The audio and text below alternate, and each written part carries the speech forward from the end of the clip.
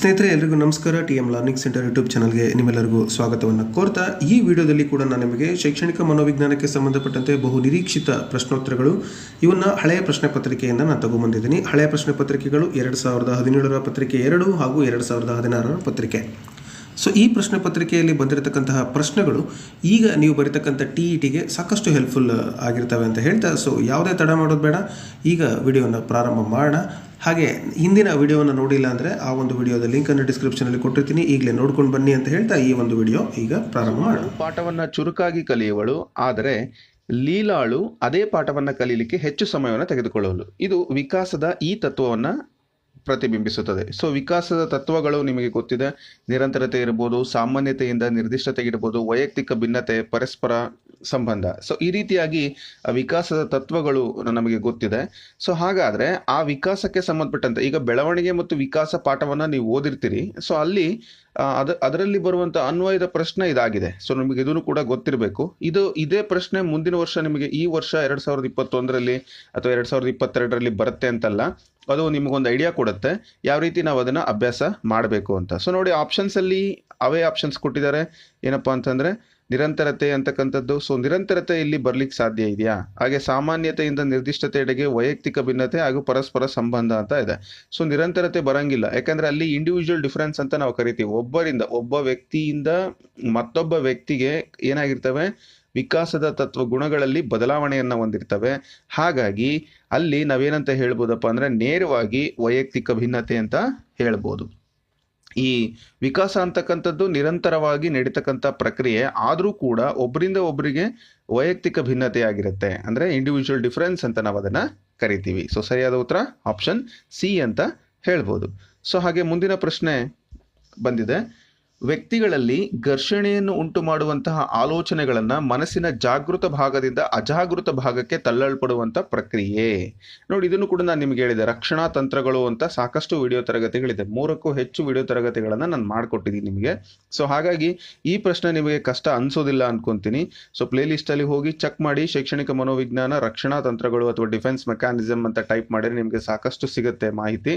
So ಅಲ್ಲಿ ಪ್ರಕ್ಷೇಪಣೆ ಅಂದ್ರೆ ಏನು, ದಮನ ಅಂದ್ರೆ ಏನು, ಹಿಮ್ಮರಳುವಿಕೆ, ತರ್ಕಸಮ್ಮತವಾಗಿಸುವಿಕೆ, ಇವೆಲ್ಲವೂ ಕೂಡ ನಿಮಗೆ ಗೊತ್ತಿದೆ. ಈಗ ಇಲ್ಲಿ ಇರ್ತಕ್ಕಂಥ ಪ್ರಶ್ನೆಗೆ ಉತ್ತರ ನೋಡೋದಾದ್ರೆ, ನಾವು ಘರ್ಷಣೆಯನ್ನು ಉಂಟು ಮಾಡುವಂತ ಆಲೋಚನೆಗಳನ್ನ ಮನಸ್ಸಿನ ಜಾಗೃತ ಭಾಗದಿಂದ ಅಜಾಗೃತ ಭಾಗಕ್ಕೆ ನಾವು ಬಲವಂತವಾಗಿ ತಳ್ತೀವಿ, ಹೌದಲ್ಲ? ಸೊ ಅದಕ್ಕೆ ನಾವು ಏನಂತ ಕರಿತೀವಿ, ದಮನ ಅಂತ ಕರಿತೀವಿ. ಅಂದ್ರೆ ನಮಗೆ ಏನೋ ಬೇಜಾರಾಗಿರ್ತದೆ, ಅದನ್ನು ನಾವು ನೆನಪಿಸ್ಕೊಳ್ಳೋಕೆ ಇಷ್ಟಪಡೋದಿಲ್ಲ. ಸೊ ಅಂತ ಸಂದರ್ಭದಲ್ಲಿ ನಮ್ಮ ಕಾನ್ಶಿಯಸ್ ಲೆವೆಲ್ ಇಂದ ಅನ್ಕಾನ್ಶಿಯಸ್ ಲೆವೆಲ್ಗೆ ಅದನ್ನ ನಾವೇ ತಳ್ತೀವಿ. ಸೊ ಇದು ಒಂದು ಬೆಸ್ಟ್ ರಕ್ಷಣಾ ತಂತ್ರ. ಇದನ್ನ ಮ್ಯಾಕ್ಸಿಮಮ್ ನಾವು ಕೂಡ ಯೂಸ್ ಮಾಡ್ತೀವಿ ಅಂತಕ್ಕಂಥದ್ದು. ಅದೇ ಇನ್ನೊಬ್ರ ಮೇಲೆ ಹಾಕೋದನ್ನ ಪ್ರಕ್ಷೇಪಣ ಅಂತ ಕರಿತೀವಿ. ಅದು ಚಿಕ್ಕ ಮಕ್ಕಳು ಆಡ್ದಂಗೆ ಆಡ್ತಾರಲ್ಲ, ಅದು ಹಿಮ್ಮರಳುವಿಕೆ ಅಂತ ಕರಿತೀವಿ. ಅದಕ್ಕೆ ಏನಾರು ಎಕ್ಸ್ಪ್ಲನೇಷನ್ ಕೊಡ್ತೀವಿ, ನಾನೊಬ್ನೇ ಫೇಲ್ ಆಗಿದ್ದೇನೆ, ನೋಡು ಅವನು ಫೇಲ್ ಆಗಿದ್ದಾನೆ, ಇದೆಲ್ಲ ಸರ್ಕಸಮ್ಮತವಾಗಿರುವಿಕೆ. ಅಥವಾ ಅದಕ್ಕೆ ಇನ್ನೂ ತದಾತ್ಮೆ ಅಂತೆಲ್ಲ ಬರುತ್ತೆ. ಈಗ ನೋಡಿ, ಫಾರ್ ಎಕ್ಸಾಂಪಲ್ ಯಾವ ರೀತಿ ಇದ್ದು, ನಾನು ಇಂಜಿನಿಯರ್ ಆಗಕ್ಕಾಗಿಲ್ಲಪ್ಪ, ನನ್ನ ಮಕ್ಕಳನ್ನಾದ್ರೂ ಇಂಜಿನಿಯರ್ ಮಾಡೋಣ ಅಂತ. ಸೊ ಈ ತರದ್ದೆಲ್ಲವೂ ಕೂಡ ಅಲ್ಲಿ ಬರ್ತವೆ. ಸೊ ಈ ಒಂದು ಪ್ರಶ್ನೆಗೆ ಸರಿಯಾದ ಉತ್ತರ ದಮನ ಅಂತ. ಸೊ ನೀವು ಅದು ನೋಡಿಲ್ಲ ಅಂದ್ರೆ ವಿಡಿಯೋ ತರಗತಿಯನ್ನು ನೋಡಿ, ನಂತರ ನಿಮಗೆ ಇದ್ರ ಬಗ್ಗೆ ಇನ್ನು ಯಾವುದೇ ಪ್ರಶ್ನೆಗಳು ಬಂದರೂ ಕೂಡ ಕ್ಲಿಯರ್ ಆಗಿ ಅರ್ಥ ಆಗುತ್ತೆ. ಸೊ ಮುಂದಿನ ಪ್ರಶ್ನೆ ಹೋಗೋಣ. ಪ್ರಶ್ನೆ ಈ ತರ ಇದೆ. ಈ ಕೆಳಗಿನ ಯಾವುದು ಸಮೂಹದ ಲಕ್ಷಣವಲ್ಲ? ಸೊ ಸಮೂಹ ಅಂದ್ರೆ ಏನು ಅನ್ನೋದು ನಿಮ್ಗೆ ಗೊತ್ತಿರಬೇಕು. ಆಪ್ಷನ್ಸ್ ನೋಡಿ, ಸಮೂಹದ ಲಕ್ಷಣವಲ್ಲ ಅಂತ ಕೇಳಿದರೆ ಅದರಲ್ಲಿ ಆಪ್ಷನ್ಸ್ ಈ ತರ ಇದೆ. ಹಲವು ಸದಸ್ಯರಿಂದ ಕೂಡಿದ ಒಂದು ಸಾಮಾಜಿಕ ಘಟಕ, ಹಾಗೆ ತನ್ನದೇ ಆದ ನಾಯಕತ್ವದ ನಮೂನೆ, ಮತ್ತೆ ಸಮೂಹದ ಸದಸ್ಯರು ಸಮಾನ ಗುರಿಯನ್ನು ಹೊಂದಿರ್ತಾರೆ, ಪ್ರತಿಯೊಬ್ಬ ಸದಸ್ಯನು ನಿರ್ದಿಷ್ಟ ಪಾತ್ರ ನಿರ್ವಹಿಸುವುದಿಲ್ಲ ಅಂತ ಇದೆ. ಸೊ ಅಲ್ಲಿ ಪ್ರಶ್ನೆ ಏನ್ ಕೇಳಿದ್ರು ಅನ್ನೋದನ್ನ ನೋಡಿಕೊಳ್ಳಿ. ಫಸ್ಟ್ ಸಮೂಹದ ಲಕ್ಷಣ ಅಲ್ಲ ಅಂತ ಕೇಳಿದ್ರೆ, ಅಂದ್ರೆ 3 ಲಕ್ಷಣಗಳು ಸಮೂಹಕ್ಕೆ ಸಂಬಂಧಪಡ್ತವೆ, ಇನ್ನು ಉಳಿದವಲ್ಲ. ಅದಕ್ಕೂ ಮುಂಚೆ ನಿಮಗೆ ಒಂದು ವಿಚಾರ ಗೊತ್ತಿರಲಿ. ಈಗ ಸಮೂಹ ಬಿಟ್ರೆ ಇನ್ನೊಂದು ಇದೆ, ಅದನ್ನು ನಾವು ಗುಂಪು ಅಂತ ಕರಿತೀವಿ. ಸೊ ಈ ಗುಂಪು, ಈಗ ಮಾರ್ಕೆಟಲ್ಲಿ ಜನ ಸೇರಿರ್ತಾರೆ, ಯಾಕೋ ಏನೋ ಯಾರೋ ಬಿದ್ದಿರ್ತಾರೆ ಅಥವಾ ಏನೋ ಆಗಿರುತ್ತೆ, ಯಾವುದೋ ಹೊಸ ವಸ್ತುಗಳನ್ನು ನೋಡ್ತಾರೆ, ಅಲ್ಲಿ ಗುಂಪು ಸೇರಿರ್ತಾರೆ ಜನ.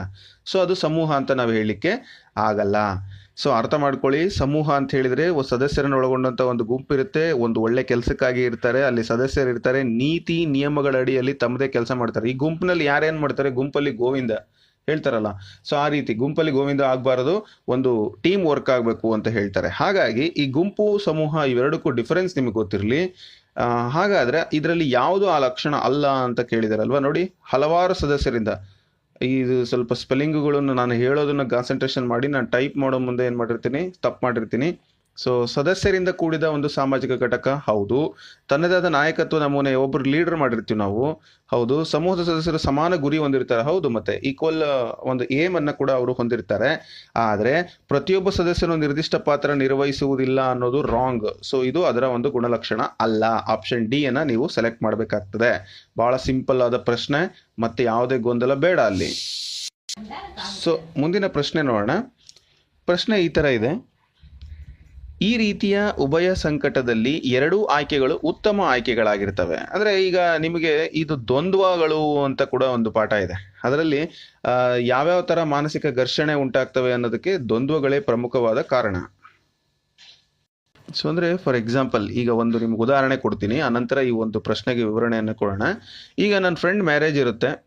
ಸೊ ಮ್ಯಾರೇಜ್ಗೆ ಹೋಗ್ಬೇಕಾಗಿರುತ್ತೆ. ಅದೇ ಡೇಟಲ್ಲಿ ನಮ್ಮ ಮನೆಯಲ್ಲಿ ನಮ್ಮ ಅಕ್ಕಂದು ಅಥವಾ ತಂಗಿದು ಮಗಳದು ನಾಮಕರಣ ಇರುತ್ತೆ. ಸೊ ಇಲ್ಲೂ ಹೋಗ್ಬೇಕಾಗುತ್ತೆ, ಇಲ್ಲೂ ಹೋಗ್ಬೇಕಾಗುತ್ತೆ. ಏನೋ ಆತ್ಮೀಯ ಸ್ನೇಹಿತ ಬಿಡೋಕ್ಕಾಗಂಗಿಲ್ಲ, ಹುಟ್ಟಿದಾಗ್ಲಿಂದ ಜೊತೆಗೆ ನೋಡಿರ್ತೀವಿ, ಬೆಳೆದಿರ್ತೀವಿ.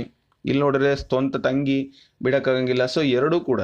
ಆಮೇಲೆ ಇದು ಒಂದು ಸ್ಪೆಸಿಫಿಕ್ ಆಗಿ ಎರಡು ಬೇಕಾಗಿರ್ತಕ್ಕಂಥವು ದ್ವಂದ್ವಗಳು.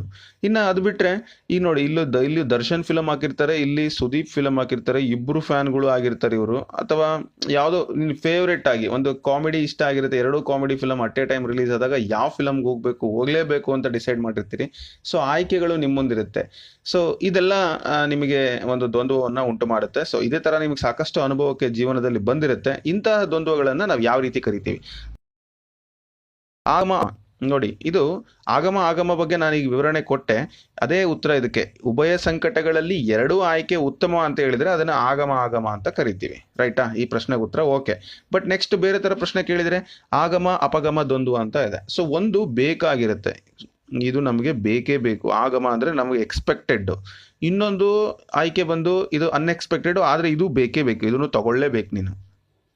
ಈ ಥರದ್ದು ಆಗಮ ಅಪಗಮ ಅಂತ.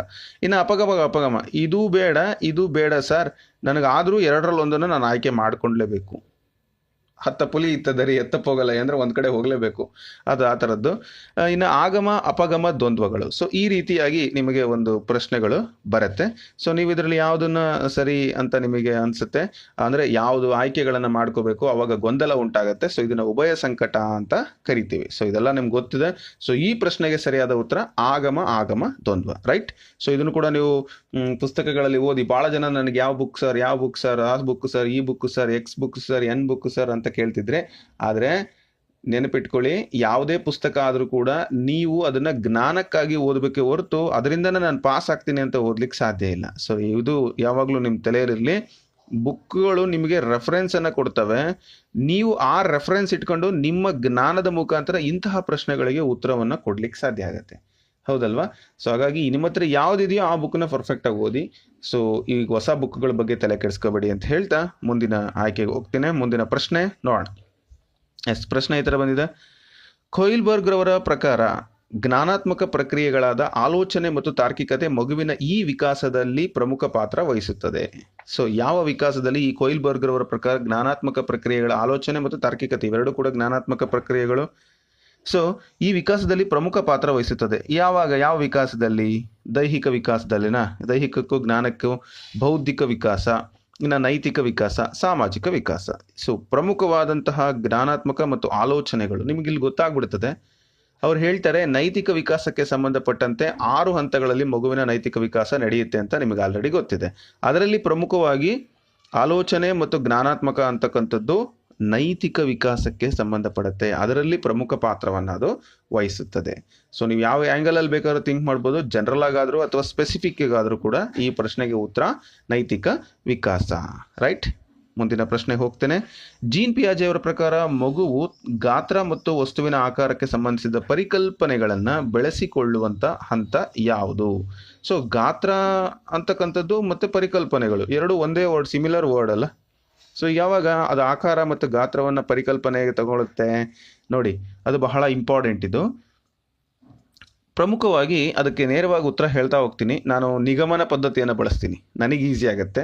ಅನುಗಮನ ಅಂದರೆ ನಿಮಗೆ ಈಸಿ ಆಗುತ್ತೆ. ಸೊ ನನಗೆ ಜಾಸ್ತಿ ರಿಸ್ಕು ಪರೀಕ್ಷೆ ನೀವು ಬರೆಯೋದ್ರಿಂದ you have to take care. So ನಾನು ಇಲ್ಲಿ ಒಂದೇ ಸರಿ ನಿಯಮವನ್ನು ಹೇಳಿ ಉದಾಹರಣೆಗಳನ್ನು ತರ್ತೀನಿ ನೋಡಿ, ಅದು ಕೂಡ ಭಾಳ ಇಂಪಾರ್ಟೆಂಟ್.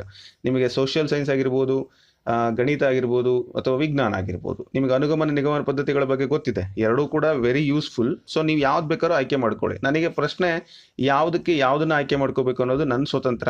ಸೊ ನೀವು ಶಿಕ್ಷಕರಾಗಿ ನಿಮ್ಮ ಮಕ್ಕಳಿಗೆ ಯಾವ ರೀತಿ ಹೇಳ್ಕೊಡ್ತೀರೋ ಅದು ನಿಮ್ಮ ಸ್ವತಂತ್ರ, ರೈಟ್? ಸೊ ಆದರೂ ಕೂಡ ಎರಡು ಬೆಸ್ಟ್ ಮೆಥಡ್, ನೀವು ಯಾವುದನ್ನು ಬೆಸ್ಟ್ ಆಗಿ ತಗೋತೀರೋ ಅದೇ ಅಲ್ಲಿ ಬರುತ್ತೆ ನೋಡಿ. ಈ ಹಂತದಲ್ಲಿ ಉತ್ತರ ಹೇಳಿಲ್ಲ ನಾನಿನ್ನು. ಮಗು ತಾರ್ಕಿಕ ಆಲೋಚನಾ ಸಾಮರ್ಥ್ಯವನ್ನು ಮೂಡಿಸ್ಕೊಳ್ಳುತ್ತೆ, ಜೊತೆಗೆ ಒಂದು ಸ್ಥಾಯಿಕ ಪರಿಕಲ್ಪನೆಗಳನ್ನು ಸಾಧಿಸುತ್ತೆ. ಏನಪ್ಪ ಅದು? ಸಂಖ್ಯಾಸ್ಥಾಯಿಕ ದ್ರವ್ಯರಾಶಿ ಆಗಿರ್ಬೋದು, ತೂಕ ಆಗಿರ್ಬೋದು, ಅಥವಾ ಅವನ್ನ ಡಿಫರೆನ್ಸ್ ಮಾಡ್ತಕ್ಕಂಥದ್ದು, ಎತ್ತರವನ್ನು ಹೇಳ್ತಕ್ಕಂಥದ್ದು, ಗಾತ್ರ ಇಂಥದೇ ಇದೆ ಅಂತಕ್ಕಂಥದ್ದು, ಜೋಡಿಸೋದು, ಕೂಡೋದು, ಕಳೆಯೋದು, ಗುಣಿಸೋದು ಇತ್ಯಾದಿ ಮಾಡುತ್ತೆ. ಇದೆಲ್ಲ ಯಾವಾಗ ಅಂದರೆ ಮೂರ್ತ ಕಾರ್ಯಗಳ ಹಂತದಲ್ಲಿ. ಪ್ರಶ್ನೆ ಕೇಳ್ಬೋದು, ಮಗುವು ತಾರ್ಕಿಕ ಸಾಮರ್ಥ್ಯಗಳನ್ನು ಅಭಿವೃದ್ಧಿಪಡಿಸಿಕೊಳ್ಳುವಂತಹ ಹಂತ ಅಥವಾ ನಿರ್ದಿಷ್ಟ ಗಣಿತೀಯ ಒಂದು ತರ್ಕತೆಗಳನ್ನು ಅಥವಾ ಗಣಿತೀಯ ಚಟುವಟಿಕೆಗಳನ್ನು ಯಾವಾಗ ಮಾಡ್ತಾನೆ, ಇದು ಕೂಡ ಮೂರ್ತ ಕಾರ್ಯಗಳ ಹಂತ ಅಂತಾನೆ ನೀವು ಹೇಳ್ಬೋದು. ಓಕೆನಾ? ಸೊ ಮುಂದಿನ ಪ್ರಶ್ನೆಗೆ ಹೋಗ್ತೀನಿ. ಉಳಿದವನ್ನ ನೀವು ಅಭ್ಯಾಸ ಮಾಡ್ಕೊಳ್ಳಿ, ಯಾವ ರೀತಿ ಏನು ಅಂತಕ್ಕಂಥದ್ದನ್ನು ನೀವು ಕಲಿಬೇಕಾಗತ್ತೆ. ಯಾಕಂದರೆ ಪರೀಕ್ಷೆಯಲ್ಲಿ ಈಗ ಬಂದಿರೋ ಪ್ರಶ್ನೆ ಮುಂದೆ ಬರುತ್ತೆ ಅಂತಲ್ಲ, ಇದು ಒಂದು ದಾರಿ ಅಷ್ಟೇ. ಸೊ ಈ ದಾರಿಯಲ್ಲಿ ನೀವು ಹೋಗೋದ್ರಿಂದ ನಿಮ್ಮ ಜ್ಞಾನ ಇನ್ನಷ್ಟು ಅಭಿವೃದ್ಧಿ ಆಗತ್ತೆ, ಹೌದಲ್ವಾ? ಸೊ ಮುಂದಿನ ಪ್ರಶ್ನೆ ಈ ಥರ ಇದೆ. ಕಲಿಕೆಯ ಸಾಮಾಜಿಕ ಸಂರಚನಾವಾದವನ್ನು ಮಂಡಿಸಿದವರು ಯಾರು? ಯಾರು ಕಲಿಕೆಯ ಸಾಮಾಜಿಕ ಸಂರಚನಾವಾದವನ್ನು ಮಂಡಿಸಿದ್ರು? ನೇರವಾದ ಪ್ರಶ್ನೆ, ನೇರವಾದ ಉತ್ತರ ವೈಗೋಟ್ಸ್ಕಿ ಅವರು. ವೈಗೋಟ್ಸ್ಕಿ, ಓಕೆನಾ? ವೈಗೋಟ್ಸ್ಕಿ ಅವರು ಆ ಒಂದು ಕಲಿಕೆಯ ಸಾಮಾಜಿಕ ರಚನಾವಾದವನ್ನು ಮಂಡಿಸ್ತಾರೆ. ಇನ್ನು ನೈತಿಕ ಬೆಳವಣಿಗೆಯ ಸಿದ್ಧಾಂತ, ನೇರವಾದ ಪ್ರಶ್ನೆಗಳಿಗೆ ಕೊಡಿ. ಯಾವುದು ನೈತಿಕ ಬೆಳವಣಿಗೆಯ ಸಿದ್ಧಾಂತ? ಕೊಯ್ಲ್ಬರ್ಗ್. ಸೊ ಕೊಯ್ಲ್ಬರ್ಗ್ ಅವರು ಏನು ಮಾಡ್ತಾರೆ, ಈ ಒಂದು ನೈತಿಕ ಬೆಳವಣಿಗೆಯ ಸಿದ್ಧಾಂತವನ್ನು ಪ್ರತಿಪಾದನೆ ಮಾಡ್ತಾರೆ. 1967ರಲ್ಲಿ ಈ ಸಿದ್ಧಾಂತವನ್ನು ಅವರು ಪ್ರತಿಪಾದನೆ ಮಾಡ್ತಾರೆ. ಏನು ಅದರ ಪ್ರಕಾರ ಏನು ಈ ಒಂದು ನೈತಿಕ ಬೆಳವಣಿಗೆ ಅಂತಂದ್ರೆ ಏನು? ನೈತಿಕತೆ ಅಂದರೆ ಈಗ ಒಂದು ಪ್ರಶ್ನೆ ಆಗಲೇ ಓದಿದ್ರಿ ನೀವು, ಏನಂತಂದ್ರೆ ಸರ್ ಆಲೋಚನೆ ಮತ್ತು ತಾರ್ಕಿಕತೆ ಅಂತ ಹೇಳಿ ಕೊಯ್ಲ್ಬರ್ಗ್ ಅವರು ಹೇಳಿದ್ರು ಸರ್ ಅಂತ ಒಂದು ಪ್ರಶ್ನೆ 5ನೇ ಪ್ರಶ್ನೆಯಲ್ಲಿ ನೀವು ಕೇಳಿದ್ರಿ. 5ನೇ ಪ್ರಶ್ನೆ 8ನೇ ಪ್ರಶ್ನೆಗೆ ಇಲ್ಲಿ ಸ್ವಲ್ಪ ರಿಲೇಷನ್ ಇದೆ ನೋಡಿ. 2017ರಲ್ಲಿ ಈ ರೀತಿ ಕೇಳ್ಬಿಟ್ಟಿದ್ದಾರೆ, ಒಂದೇ ಕಾನ್ಸೆಪ್ಟ್ ಮೇಲೆ 2 ಪ್ರಶ್ನೆಗಳು. ಸೊ ಈ ಥರನೂ ಕೂಡ ನಿಮ್ಗೆ ಬರುತ್ತೆ. ಸೊ ಅಲ್ಲಿ ಯಾಕೆ ಹೇಳಿಲ್ಲ ಅನ್ನೋದು ನಿಮ್ಗೆ ಈಗ ಇಲ್ಲಿ ಗೊತ್ತಾಗ್ತಾ ಇದೆ, ರೈಟ್ ಅಲ್ಲ? ಸೊ ನೋಡಿ, ಮಕ್ಕಳು ತಮ್ಮದೇ ಆದಂಥ ನೈತಿಕ ಮಾನದಂಡಗಳನ್ನು ಇಲ್ಲಿ ರೂಪಿಸ್ಕೊಳ್ತಾರೆ ಅಂತ ಹೇಳ್ತಾರೆ. ಯಾರು? ಕೊಯ್ಲ್ಬರ್ಗ್ ರವರು. ನೈತಿಕ ಬೆಳವಣಿಗೆಯ ಸಿದ್ಧಾಂತವನ್ನು ಪ್ರತಿಪಾದನೆ ಮಾಡಿರ್ತಕ್ಕಂಥವ್ರು ತಮ್ಮದೇ ಆದ ಒಂದು ನೈತಿಕ ಮಾನದಂಡಗಳನ್ನು ರೂಪಿಸ್ಕೊಳ್ತಾರೆ. ಪೋಷಕರು ಅಥವಾ ಸಮವಯಸ್ಕರಿಂದಲೇ ಬರುವಂತಹ ಅಗತ್ಯವಿಲ್ಲದ ಆದರೆ ಸಾಮಾಜಿಕ ಪರಿಸರ ಮತ್ತು ಮಕ್ಕಳ ಜ್ಞಾನಾತ್ಮಕ ಸಂರಚನೆಯ ಅಂತರ್ಕ್ರಿಯೆಯಿಂದ ಬರುತ್ತೆ ಅಂತ ಹೇಳಿ ಅವರು ಪ್ರತಿಪಾದನೆಯನ್ನು ಮಾಡ್ತಾರೆ. Go through the textbook, you will read more about Kohlberg theory. ಓಕೆನಾ? ಓದ್ಕೊಳ್ಳಿ. ಸೊ ಇದಿಷ್ಟು ಒಂದು ನೈತಿಕ ವಿಕಾಸಕ್ಕೆ ಸಂಬಂಧಪಟ್ಟಂತೆ. ಆದರೆ ಮುಂದಿನ ಪ್ರಶ್ನೆ, ಇವುಗಳಲ್ಲಿ ಯಾವುದು ಸಮಂಜಸತೆಯ ಅರ್ಥವನ್ನು ಕೊಡುತ್ತೆ? ನೋಡಿ, ಸಮಂಜಸತೆ ಅಂದರೆ ಸ್ಯಾಟಿಸ್ಫ್ಯಾಕ್ಷನ್ ಅಂತನಾ? ಎಸ್, ಇದರ ಅರ್ಥ ಯಾವುದು ಕೊಡುತ್ತದೆ ಅಂತ ಪ್ರಶ್ನೆ ನೋಡಿ, ಅಲ್ಲ ಆಪ್ಷನ್ಸ್ಗಳನ್ನು ನೋಡಿ. ಪರೀಕ್ಷೆಯು ಅಳತೆ ಮಾಡಬೇಕಾದರೆ, ಪರೀಕ್ಷೆಯು ಅಳತೆಯಲ್ಲಿ ಸ್ಥಿರತೆಯನ್ನು ತೋರುವಿಕೆ, ಅಳತೆಯನ್ನು ಸುಲಭವಾಗಿ ಮಾಡುವಿಕೆ, ಮತ್ತೆ ಮತ್ತೆ ಅಳೆದಾಗ ಅಳತೆಯಲ್ಲಿ ವ್ಯತ್ಯಾಸ ತೋರುವಿಕೆ. ಎಸ್ ನೋಡಿ, ಮತ್ತೆ ಮತ್ತೆ ಅಳತೆ ಮಾಡಿದಾಗ ವ್ಯತ್ಯಾಸ ತೋರದೆ ಸಮಂಜಸ ಅಂತ ನಾವು ಹೆಂಗೆ ಹೇಳ್ತೀವಿ? ಇಲ್ಲ, ಡೈರೆಕ್ಟಾಗಿ ಆಪ್ಷನ್ ಎತ್ತಾಕಿ. ನೆಕ್ಸ್ಟ್ ನೋಡಿ, ಇನ್ನೊಂದು ಪ್ರಶ್ನೆ, ಅಳತೆಯನ್ನು ಸುಲಭವಾಗಿ ಮಾಡೋದು, ಈಸಿಯಾಗಿ ಮಾಡಿದ ತಕ್ಷಣ ಅದನ್ನು ನಾವು ಸಮಂಜಸತೆ ಅಂತ ಹೇಳಲಿಕ್ಕಾಗತ್ತಾ? ಇಲ್ಲ. ಸೊ ಅದು ಡಿಫಿಕಲ್ಟಿ ಲೆವೆಲ್ ಅಲ್ಲ. 2 ಪ್ರಶ್ನೆ ಹೋಯ್ತು, 50-50, ಇನ್ನೆರಡು ಉಳ್ಕೊಳ್ತು. ಈ ರೀತಿ ನನ್ನ ಮೆಥಡ್ ನಿಮಗೆ ಹೇಳ್ತಾ ಇದ್ದೀನಿ. ಪರೀಕ್ಷೆಯಲ್ಲಿ ಅಳತೆಯಲ್ಲಿ ಸ್ಥಿರತೆಯನ್ನು ಹೊಂದುವಿಕೆ. ಸೊ ಸ್ಥಿರತೆ ಇರ್ತಕ್ಕಂಥದ್ದು. ಇನ್ನು ಪರೀಕ್ಷೆ ಅಳತೆ ಮಾಡಬೇಕಾದದ್ದನ್ನೇ ಅಳೆದರೆ, ಅಂದರೆ ಈಗ ನಾವು ಏನು ಕೆಲಸ ಮಾಡ್ತೀವೋ ಅದೇ ಕೆಲಸ ಮಾಡಿದರೆ ಅದನ್ನು ನಾವು ಸಮಂಜಸತೆ ಅಂತ ಕರಿತೀವಿ. Yes, this is the right answer. ಇದು ಅಲ್ಲ. ನೋಡಿ, ಸಮಂಜಸತೆ, ವಿಶ್ವಾಸನೀಯತೆ, ಸೊ ಇವೆಲ್ಲವೂ ಕೂಡ ನಿಮಗೆ ಪರೀಕ್ಷೆಯಲ್ಲಿ ಬರ್ತವೆ. ನಾವು ಏನನ್ನ ಅಳತೆ ಮಾಡಬೇಕಂತ ಇದೀವಿ ಅದನ್ನೇ ಅಳತೆ ಮಾಡಿದರೆ ಅವನ್ನು ನಾವು ಸಮಂಜಸತೆ ಪರೀಕ್ಷೆಗಳು ಅಂತ ಕರಿತೀವಿ. ಓಕೆನಾ? ಈಗ ಬುದ್ಧಿಶಕ್ತಿ ಪರೀಕ್ಷೆಗಳು ಬುದ್ಧಿಶಕ್ತಿಯನ್ನೇ ಅಳತೆ ಮಾಡ್ತವೆ, ಹಾಗಾಗಿ ಅವನ್ನ ನಾವು ಬುದ್ಧಿಶಕ್ತಿ ಪರೀಕ್ಷೆಗಳು ಅಂತ ಕರಿತೀವಿ. ಇನ್ಯಾವುದೇ ಬೇರೆ ಕೆಲಸವನ್ನು ಅವು ಮಾಡೋದಿಲ್ಲ. ಸೊ ಹಾಗಾಗಿ ಅವನ್ನ ಸಮಂಜಸ ಅರ್ಥವನ್ನು ಹೊಂದಿರತಕ್ಕಂತಹ ಪರೀಕ್ಷೆಗಳು ಅಂತ ಹೇಳ್ಬೋದು. ಸೊ ಇನ್ನು ಮುಂದಿನ ಪ್ರಶ್ನೆ ಹೋಗೋಣ. ಸೊ ಪ್ರಶ್ನೆ ಬಂದಿದೆ, ವಿದ್ಯಾರ್ಥಿಗಳ ಬಲಗಳು ಮತ್ತು ನ್ಯೂನ್ಯತೆಗಳನ್ನು ಪತ್ತೆ ಹಚ್ಚಲು ಬಳಸುವಂಥ ಪರೀಕ್ಷೆ. ಯಾವ ಪರೀಕ್ಷೆಯಲ್ಲಿ ನಾವು ಬಲಗಳು ಮತ್ತು ನ್ಯೂನ್ಯತೆಗಳನ್ನು ಪತ್ತೆ ಹಚ್ತೀವಿ? ಆಪ್ಷನ್ಸ್: ಪ್ರಮಾಣಬದ್ಧಗೊಳಿಸಿದ ಪರೀಕ್ಷೆ, ಕ್ಲಿನಿಕಲ್ ಪರೀಕ್ಷೆ, ಸಾಧನಾ ಪರೀಕ್ಷೆ, ನೈದಾನಿಕ ಪರೀಕ್ಷೆ, ಅಂದರೆ ಡಯಾಗ್ನೋಸ್ಟಿಕ್ಸ್ ಟೆಸ್ಟ್ ಅಂತ. ಸೊ ಈ ಪ್ರಶ್ನೆ ಎಷ್ಟು ಸರಿ ಹೇಳ್ತೀರಾ ಬಿಡ್ರಿ ಸರ್, ನಮಗೆ ಭಾಳ ಕೇಳಿ ಸಾಕಾಗಿದೆ ಅಂತ ಅಂದರೆ, ಹೌದು ನನಗೂ ಹಾಗೆ ಅನ್ನಿಸ್ತು, ಬಟ್ ನಿಮ್ಗೆ ಗೊತ್ತಿರಲಿ, ನೈದಾನಿಕ ಪರೀಕ್ಷೆ ಅಂದರೆ ನಾವು ತರಗತಿಗೆ, ಈಗ ನಮ್ಮ ಮಗು 6ನೇ ತರಗತಿಯಿಂದ ಪಾಸ್ ಆಗಿ 7ನೇ ತರಗತಿಗೆ ಬರ್ತಾನೆ ಅಂದರೆ ಮೊದಲು ನಾವು ಒಂದು ಪ್ರೀ ಟೆಸ್ಟು ಮತ್ತು ಪೋಸ್ಟ್ ಟೆಸ್ಟ್ ಅಂತ ಕೊಡ್ತೀವಿ, ಅನಲೈಸಿಸ್ ಮಾಡ್ತೀವಿ, ಏನು ಗೊತ್ತಿದೆ ಅವನಿಗೆ ಅಂತ ನಾವು ಒಂದು ಸ್ವಲ್ಪ ರೆಮಿಡಿಯಲ್ ಟೀಚಿಂಗ್ ಮಾಡಿ ಮತ್ತೆ ಅವನಿಗೆ ಮತ್ತೊಂದು ಟೆಸ್ಟ್ ತಗೊತೀವಿ, ಇಂಪ್ರೂವ್ಮೆಂಟ್ ಆಗಿದ್ದಾನೆ ಅಂತ, ಅಂದರೆ ಅವನಲ್ಲಿರ್ತಕ್ಕಂಥ ಜ್ಞಾನವನ್ನು ತಿಳ್ಕೊಳ್ಳೋದು. ಸೊ ಕಲಿಕೆಯ ಬಲಗಳು ಹಾಗೆ ನ್ಯೂನ್ಯತೆಗಳು ಅದನ್ನು ಪತ್ತೆ ಹಚ್ಚಿ ಮುಂದಿನ ತರಗತಿಗಳಿಗೆ ಅವನ ಸಿದ್ಧತೆಯನ್ನು ಮಾಡ್ತಕ್ಕಂಥ ಪರೀಕ್ಷೆನೇ ನೈದಾನಿಕ ಪರೀಕ್ಷೆ. ರೈಟ್, ಇದು ನಿಮ್ಗೆ ಗೊತ್ತಿದೆ ಅಂತ ಹೇಳ್ತಾ ಮುಂದಿನ ಪ್ರಶ್ನೆ ಹೋಗೋಣ. ಪ್ರಶ್ನೆ ಬಂತು, ಒಂದು 6 ವರ್ಷ ಮಾನಸಿಕ ವಯಸ್ಸುಳ್ಳ ಮಗುವು 4 ವರ್ಷ ವಯಸ್ಸಿನ ಮಗುವಾಗಿದ್ದರೆ ಅವನನ್ನು ಹೀಗೆಂದು ಕರೆಯುವರು. ಅಂದರೆ ಪ್ರಶ್ನೆಯಲ್ಲಿ ಕ್ಲಿಯರ್ ಇದೆ, 6 ವರ್ಷ ಮಾನಸಿಕ ವಯಸ್ಸುಳ್ಳ ಮಗು ಅಂದರೆ ಅವನ ಮೆಂಟಲ್ ಏಜು, ಸೊ ಮಾನಸಿಕ ವಯಸ್ಸು ಹೌದಲ್ಲ, ಸೊ ಮಾನಸಿಕ ವಯಸ್ಸು ಎಷ್ಟಿದೆಯಪ್ಪ, ಒಂದು 6 ವರ್ಷ ಇದೆ. ಅವನು ರಿಯಲ್ ವಯಸ್ಸು ಎಷ್ಟಿದೆ ಅಂತಂದರೆ 4 ವರ್ಷ ಇದೆ. ಅಂದರೆ ಇವನು ಸ್ವಲ್ಪ ಜಾಸ್ತಿ ದೊಡ್ಡವನ ಥರನೇ ಕಾಣಿಸ್ತಾನಲ್ವಾ, ಹಾಗಾಗಿ ಅಂದರೆ ಅವನನ್ನು ಏನಂತ ಹೇಳ್ಬೋದು, ಸಾಧಾರಣಕ್ಕಿಂತ ಮೇಲ್ಪಟ್ಟ ಸಾಧಾರಣ ಪ್ರತಿಭಾವಂತ ದಡ್ಡ ಅಂತ ಇದೆ. ಸೊ ದಡ್ಡ ಅಂತ ಹೇಳಲಿಕ್ಕೆ ಸಾಧ್ಯ ಇಲ್ಲ, ಸಾಧಾರಣನೂ ಅಲ್ಲ, ಏನೂ ಅಲ್ಲ, ಪ್ರತಿಭಾವಂತ. ನೇರವಾದ ಉತ್ತರ, no more discussion about this, ನಿಮ್ಗೆ ಈಸಿಯಾಗಿ ಇದು ಗೊತ್ತಾಗ್ಬಿಡ್ತದೆ. ಇನ್ನು ಮುಂದಿನ ಪ್ರಶ್ನೆ ಹೋಗೋಣ. ಅಲ್ಲಿ ಬರುತ್ತೆ ಮುಂದೆ ನಿಮಗೆ ದಡ್ಡಗೆ ಸಂಬಂಧಪಟ್ಟಂತೆ ಆಶ್ರಿತ ಮಾನಸಿಕ ನ್ಯೂನ್ಯತೆ ಉಳ್ಳವರು, ಇದರಲ್ಲೇ ಒಂದು ಪ್ರಶ್ನೆ ಬರುತ್ತೆ. ಸೊ ನೀವು ನೋಡ್ಬೋದು 21ನೇ ಪ್ರಶ್ನೆ ಅದು. ಸೊ ನಾನು ನಿಮಗೆ ಆಮೇಲೆ ಹೇಳ್ತೀನಿ ಅದನ್ನು, ಹಾಗಾಗಿ ಇಲ್ಲಿ ಸ್ಕಿಪ್ ಮಾಡಿದ್ದೀನಿ. ರೈಟ್, ನೆಕ್ಸ್ಟು, ಬ್ಲೂಮ್ನ ಪರಿಷ್ಕೃತ ಬೋಧನಾ ಉದ್ದೇಶದ ವರ್ಗೀಕರಣದ ಪ್ರಕಾರ ಜ್ಞಾನಾತ್ಮಕ ಪ್ರಕ್ರಿಯೆಯ ಅತ್ಯುನ್ನತ ಹಂತ ಯಾವುದು ಅಂತ. ಸೊ ಬ್ಲೂಮ್ರವರ ಪ್ರಕಾರ ಯಾವುದು ಅತ್ಯುತ್ತಮವಾದಂತಹ ಒಂದು ಜ್ಞಾನಾತ್ಮಕ ಪ್ರಕ್ರಿಯೆಯ ಹಂತ, ಅತಿ ಉನ್ನತವಾದದ್ದು ಯಾವುದು ಅಂತ ಕೇಳಿದರೆ, ಸೊ ಜ್ಞಾನಾತ್ಮಕ ಪ್ರಕ್ರಿಯೆಯಲ್ಲಿ ಪರಿಷ್ಕೃತ ಬೋಧನಾ ಉದ್ದೇಶದಲ್ಲಿ ಇದು ಅಪ್ಡೇಟೆಡ್ ಉನ್ನತವಾದದ್ದು ಯಾವುದು ಅಂತ ಹೇಳಿದರೆ, ನೇರವಾಗಿ ಹೇಳ್ತೀನಿ, ಸೃಷ್ಟಿಸುವುದು ಅಂತ. ಒಂದು ವಸ್ತುವನ್ನು ಸೃಷ್ಟಿಸುವುದೇ ಜ್ಞಾನಾತ್ಮಕ ಪ್ರಕ್ರಿಯೆಯ ಕೊನೆಯ ಹಂತ. ಸೊ ಲಾಸ್ಟ್ ಇರೋದು ಅದನ್ನೇ ಉನ್ನತ ಅಂತ ನಾವು ಕರೆದಿದ್ದೀವಿ ಬ್ಲೂಮ್ ಪರಿಷ್ಕೃತ ಬೋಧನಾ ಉದ್ದೇಶಗಳಲ್ಲಿ. ಸೊ ಅಂದರೆ ಈಗ ನೀವು ಜ್ಞಾನ, ತಿಳುವಳಿಕೆ, ಅನ್ವಯ, ಕೌಶಲ್ಯ, ಪ್ರಶಂಸೆ ಇವೆಲ್ಲ ಬರ್ತದೆ, ನಿಮ್ಗೆ ಗೊತ್ತಿರ್ಬೋದು. ಸೊ ಅದರಲ್ಲಿ ಲಾಸ್ಟ್ ಅಂದರೆ ಅಲ್ಟಿಮೇಟ್ ಫೈನಲ್ ಬರುವಂಥದ್ದು ಸೃಷ್ಟಿಸುವುದು ಅಂತಕ್ಕಂಥದ್ದು. ಸೊ ದಿಸ್ ಈಸ್ ವಾಟ್, ಇದು ನೀವು ಕಲ್ತ್ಕೋಬೇಕು. ಇನ್ನು ಮುಂದಿನ ಪ್ರಶ್ನೆ ಹೋಗೋಣ. ಬಹುಮುಖ ಬುದ್ಧಿಶಕ್ತಿ ಸಿದ್ಧಾಂತದ ಪ್ರಕಾರ ಎಲ್ಲ ರೀತಿಯ ಪ್ರಾಣಿಗಳನ್ನು, ಲವಣಗಳನ್ನು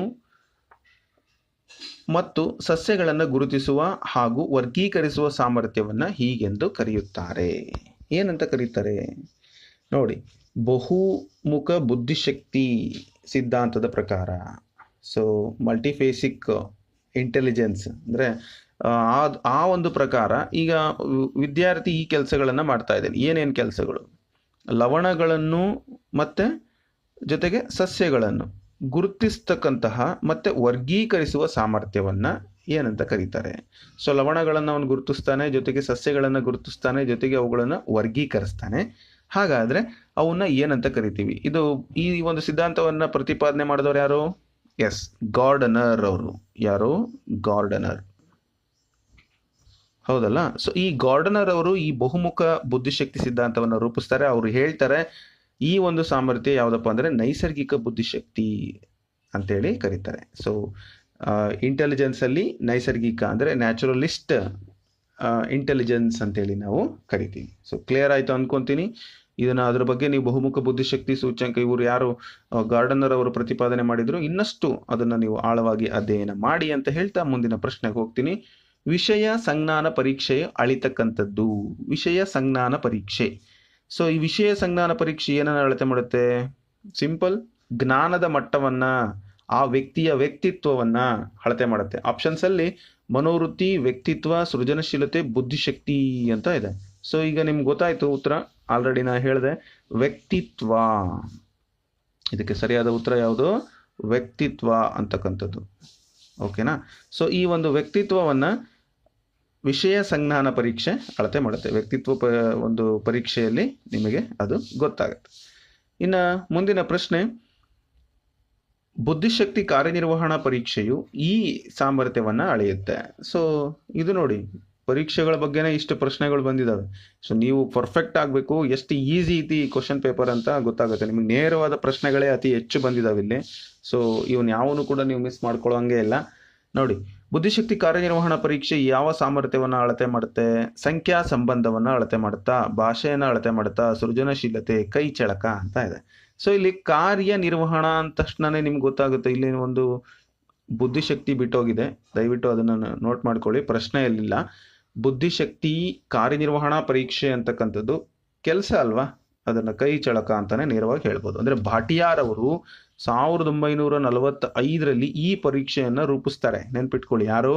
ಭಾಟಿಯಾರ್ ಅವರು.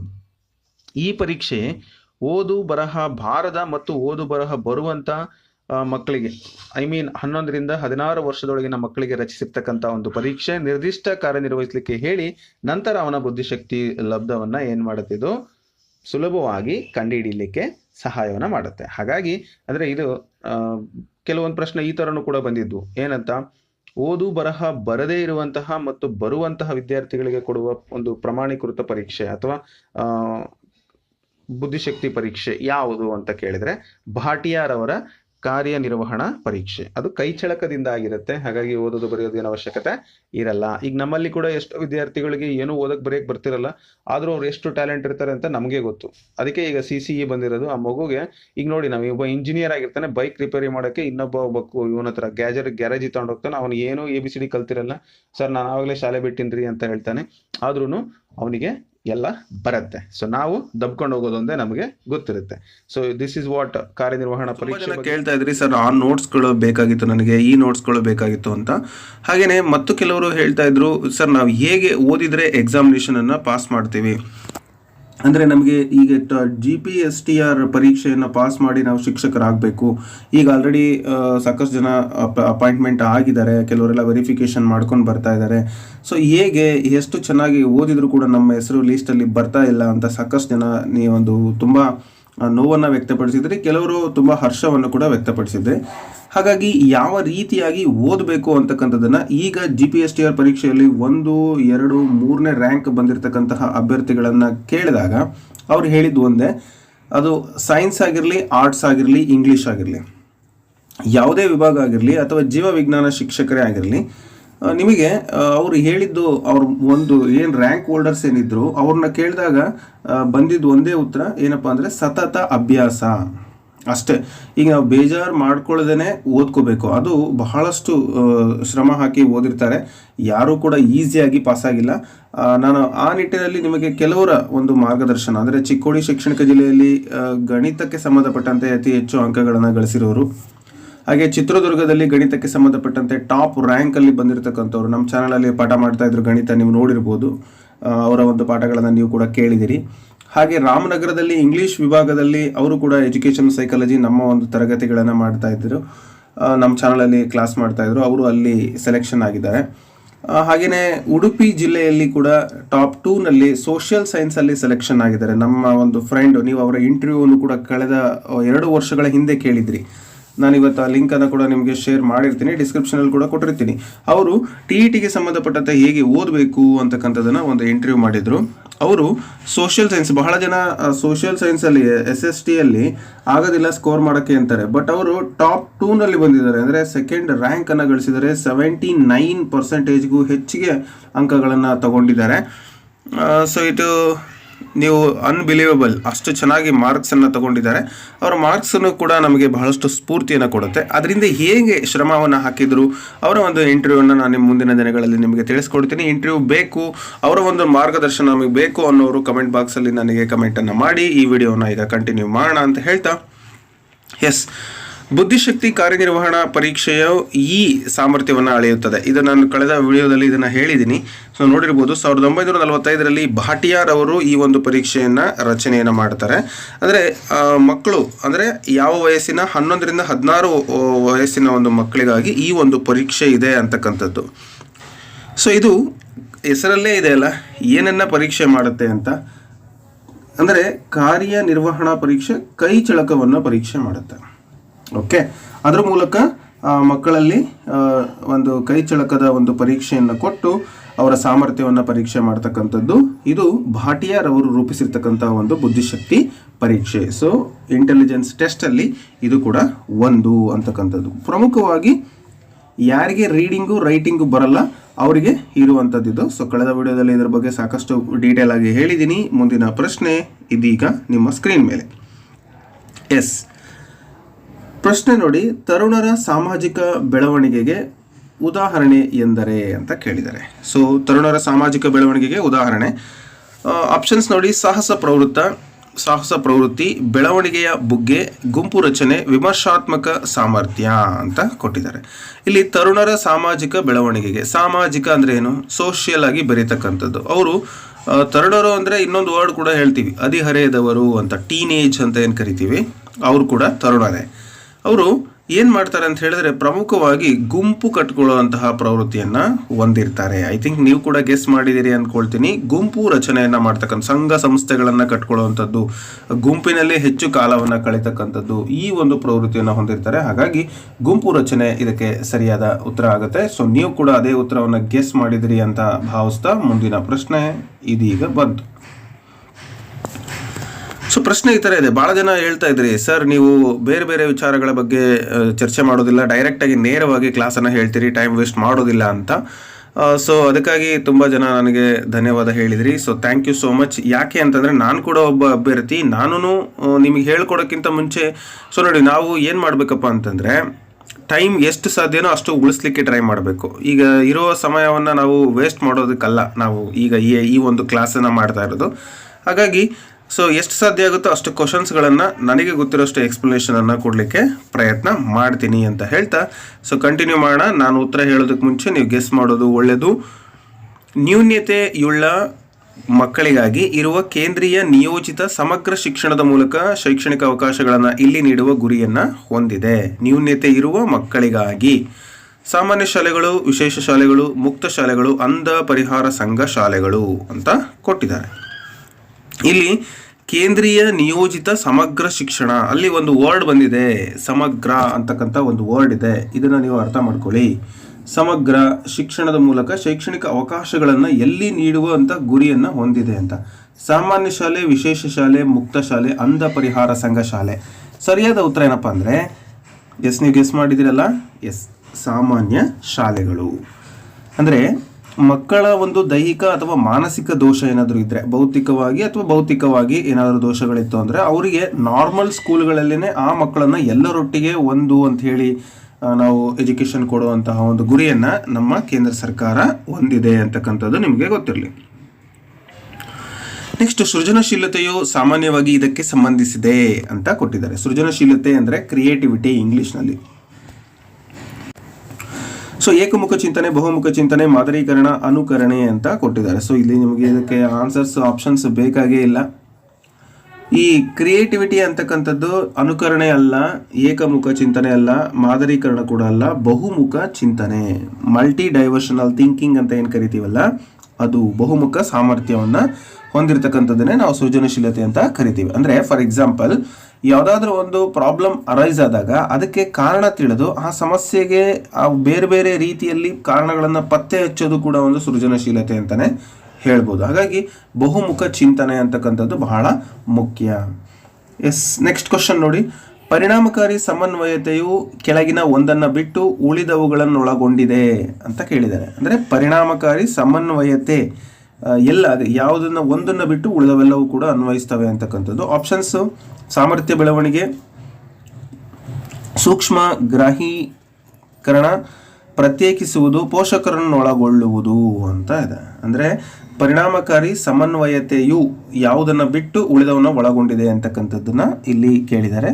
ಸೊ ಸರಿಯಾದ ಉತ್ತರ ನೀವು ಗೆಸ್ ಕೂಡ ಮಾಡಿದಿರಿ, ನಾನು ಕೂಡ ಉತ್ತರ ಹೇಳ್ತೇನೆ. ಸರಿಯಾದ ಉತ್ತರ ಪೋಷಕರನ್ನು ಒಳಗೊಳ್ಳುವುದು.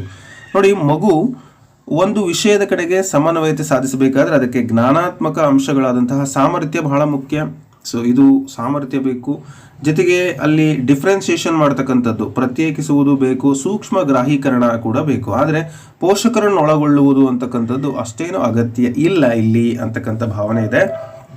ಸೊ 3 ಕೂಡ most relevant, but 4th one is not relevant for this one ಅಂತ ಹೇಳ್ತಾ ಮುಂದಿನ ಪ್ರಶ್ನೆಯನ್ನು ನೋಡೋಣ. ಡಿಸ್ಗ್ರಾಫಿಯಾವು ಮುಖ್ಯವಾಗಿ ಇದಕ್ಕೆ ಸಂಬಂಧಿಸಿದ ಸಮಸ್ಯೆಗಳನ್ನು ಒಳಗೊಂಡಿದೆ ಅಂತ ಕೊಟ್ಟಿದ್ದಾರೆ. ಸಾಕಷ್ಟು ಬಾರಿ ನಿಮಗೆ ಈ ಥರದ ಪ್ರಶ್ನೆ ಬಂದಿದೆ, ಅಲ್ಲಿ ಡೌಟ್ ಇಲ್ಲದಲೇ ಉತ್ತರಗಳನ್ನು ಮಾಡ್ತೀರಿ ಅಂತ ಅಂದ್ಕೊಳ್ತಾ ಮಾತನಾಡುವುದು ಮತ್ತು ಕೇಳಿಸಿಕೊಳ್ಳುವುದು, ಬರವಣಿಗೆ, ಓದುವುದು ಅಂತ ಇದೆ.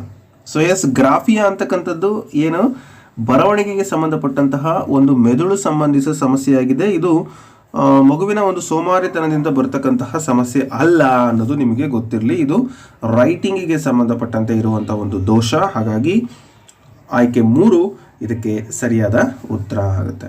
ಸೊ ಇವೆಲ್ಲ ಸಮಸ್ಯೆಗಳು ನಿಮಗೆ ಗೊತ್ತಿರಬೇಕು, ಯಾವ್ಯಾವ ಸಮಸ್ಯೆಗಳಿಗೆ ಏನೆಲ್ಲ ಹೆಸರುಗಳಿಂದ ಕರೀತಾರೆ ಅಂತಕ್ಕಂಥದ್ದು. ಇದ್ರ ಬಗ್ಗೆ ನಾನು ಆಲ್ರೆಡಿ ಒಂದು ವಿಡಿಯೋನ ಮಾಡಿದ್ದೀನಿ, ಕಲಿಕಾ ದೋಷಗಳು ಅಂತ.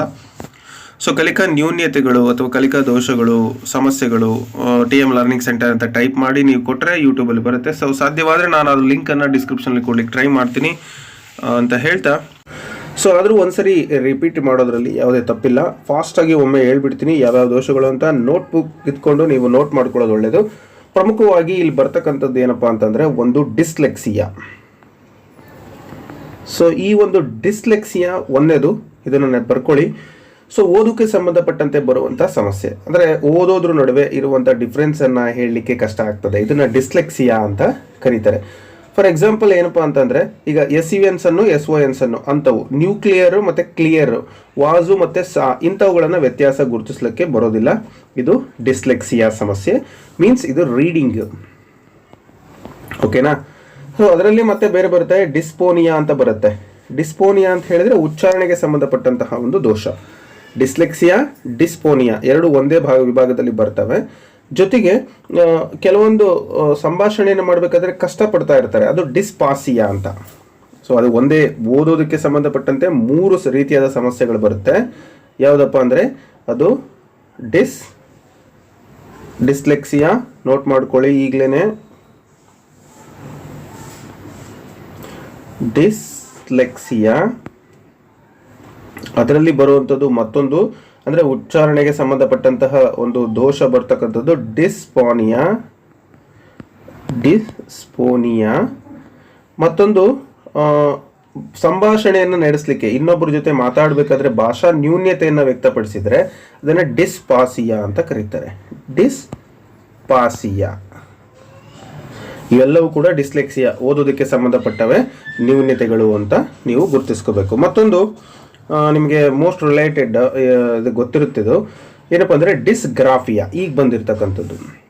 ಸೊ ಈ ಡಿಸ್ಗ್ರಾಫಿಯಾ ಅಂತ ಹೇಳಿದರೆ ಮೇನ್ ಬರೆಯೋದರಲ್ಲಿ ರೈಟಿಂಗಿಗೆ ಸಂಬಂಧಪಟ್ಟಂತೆ ಇರುವಂಥ ದೋಷ.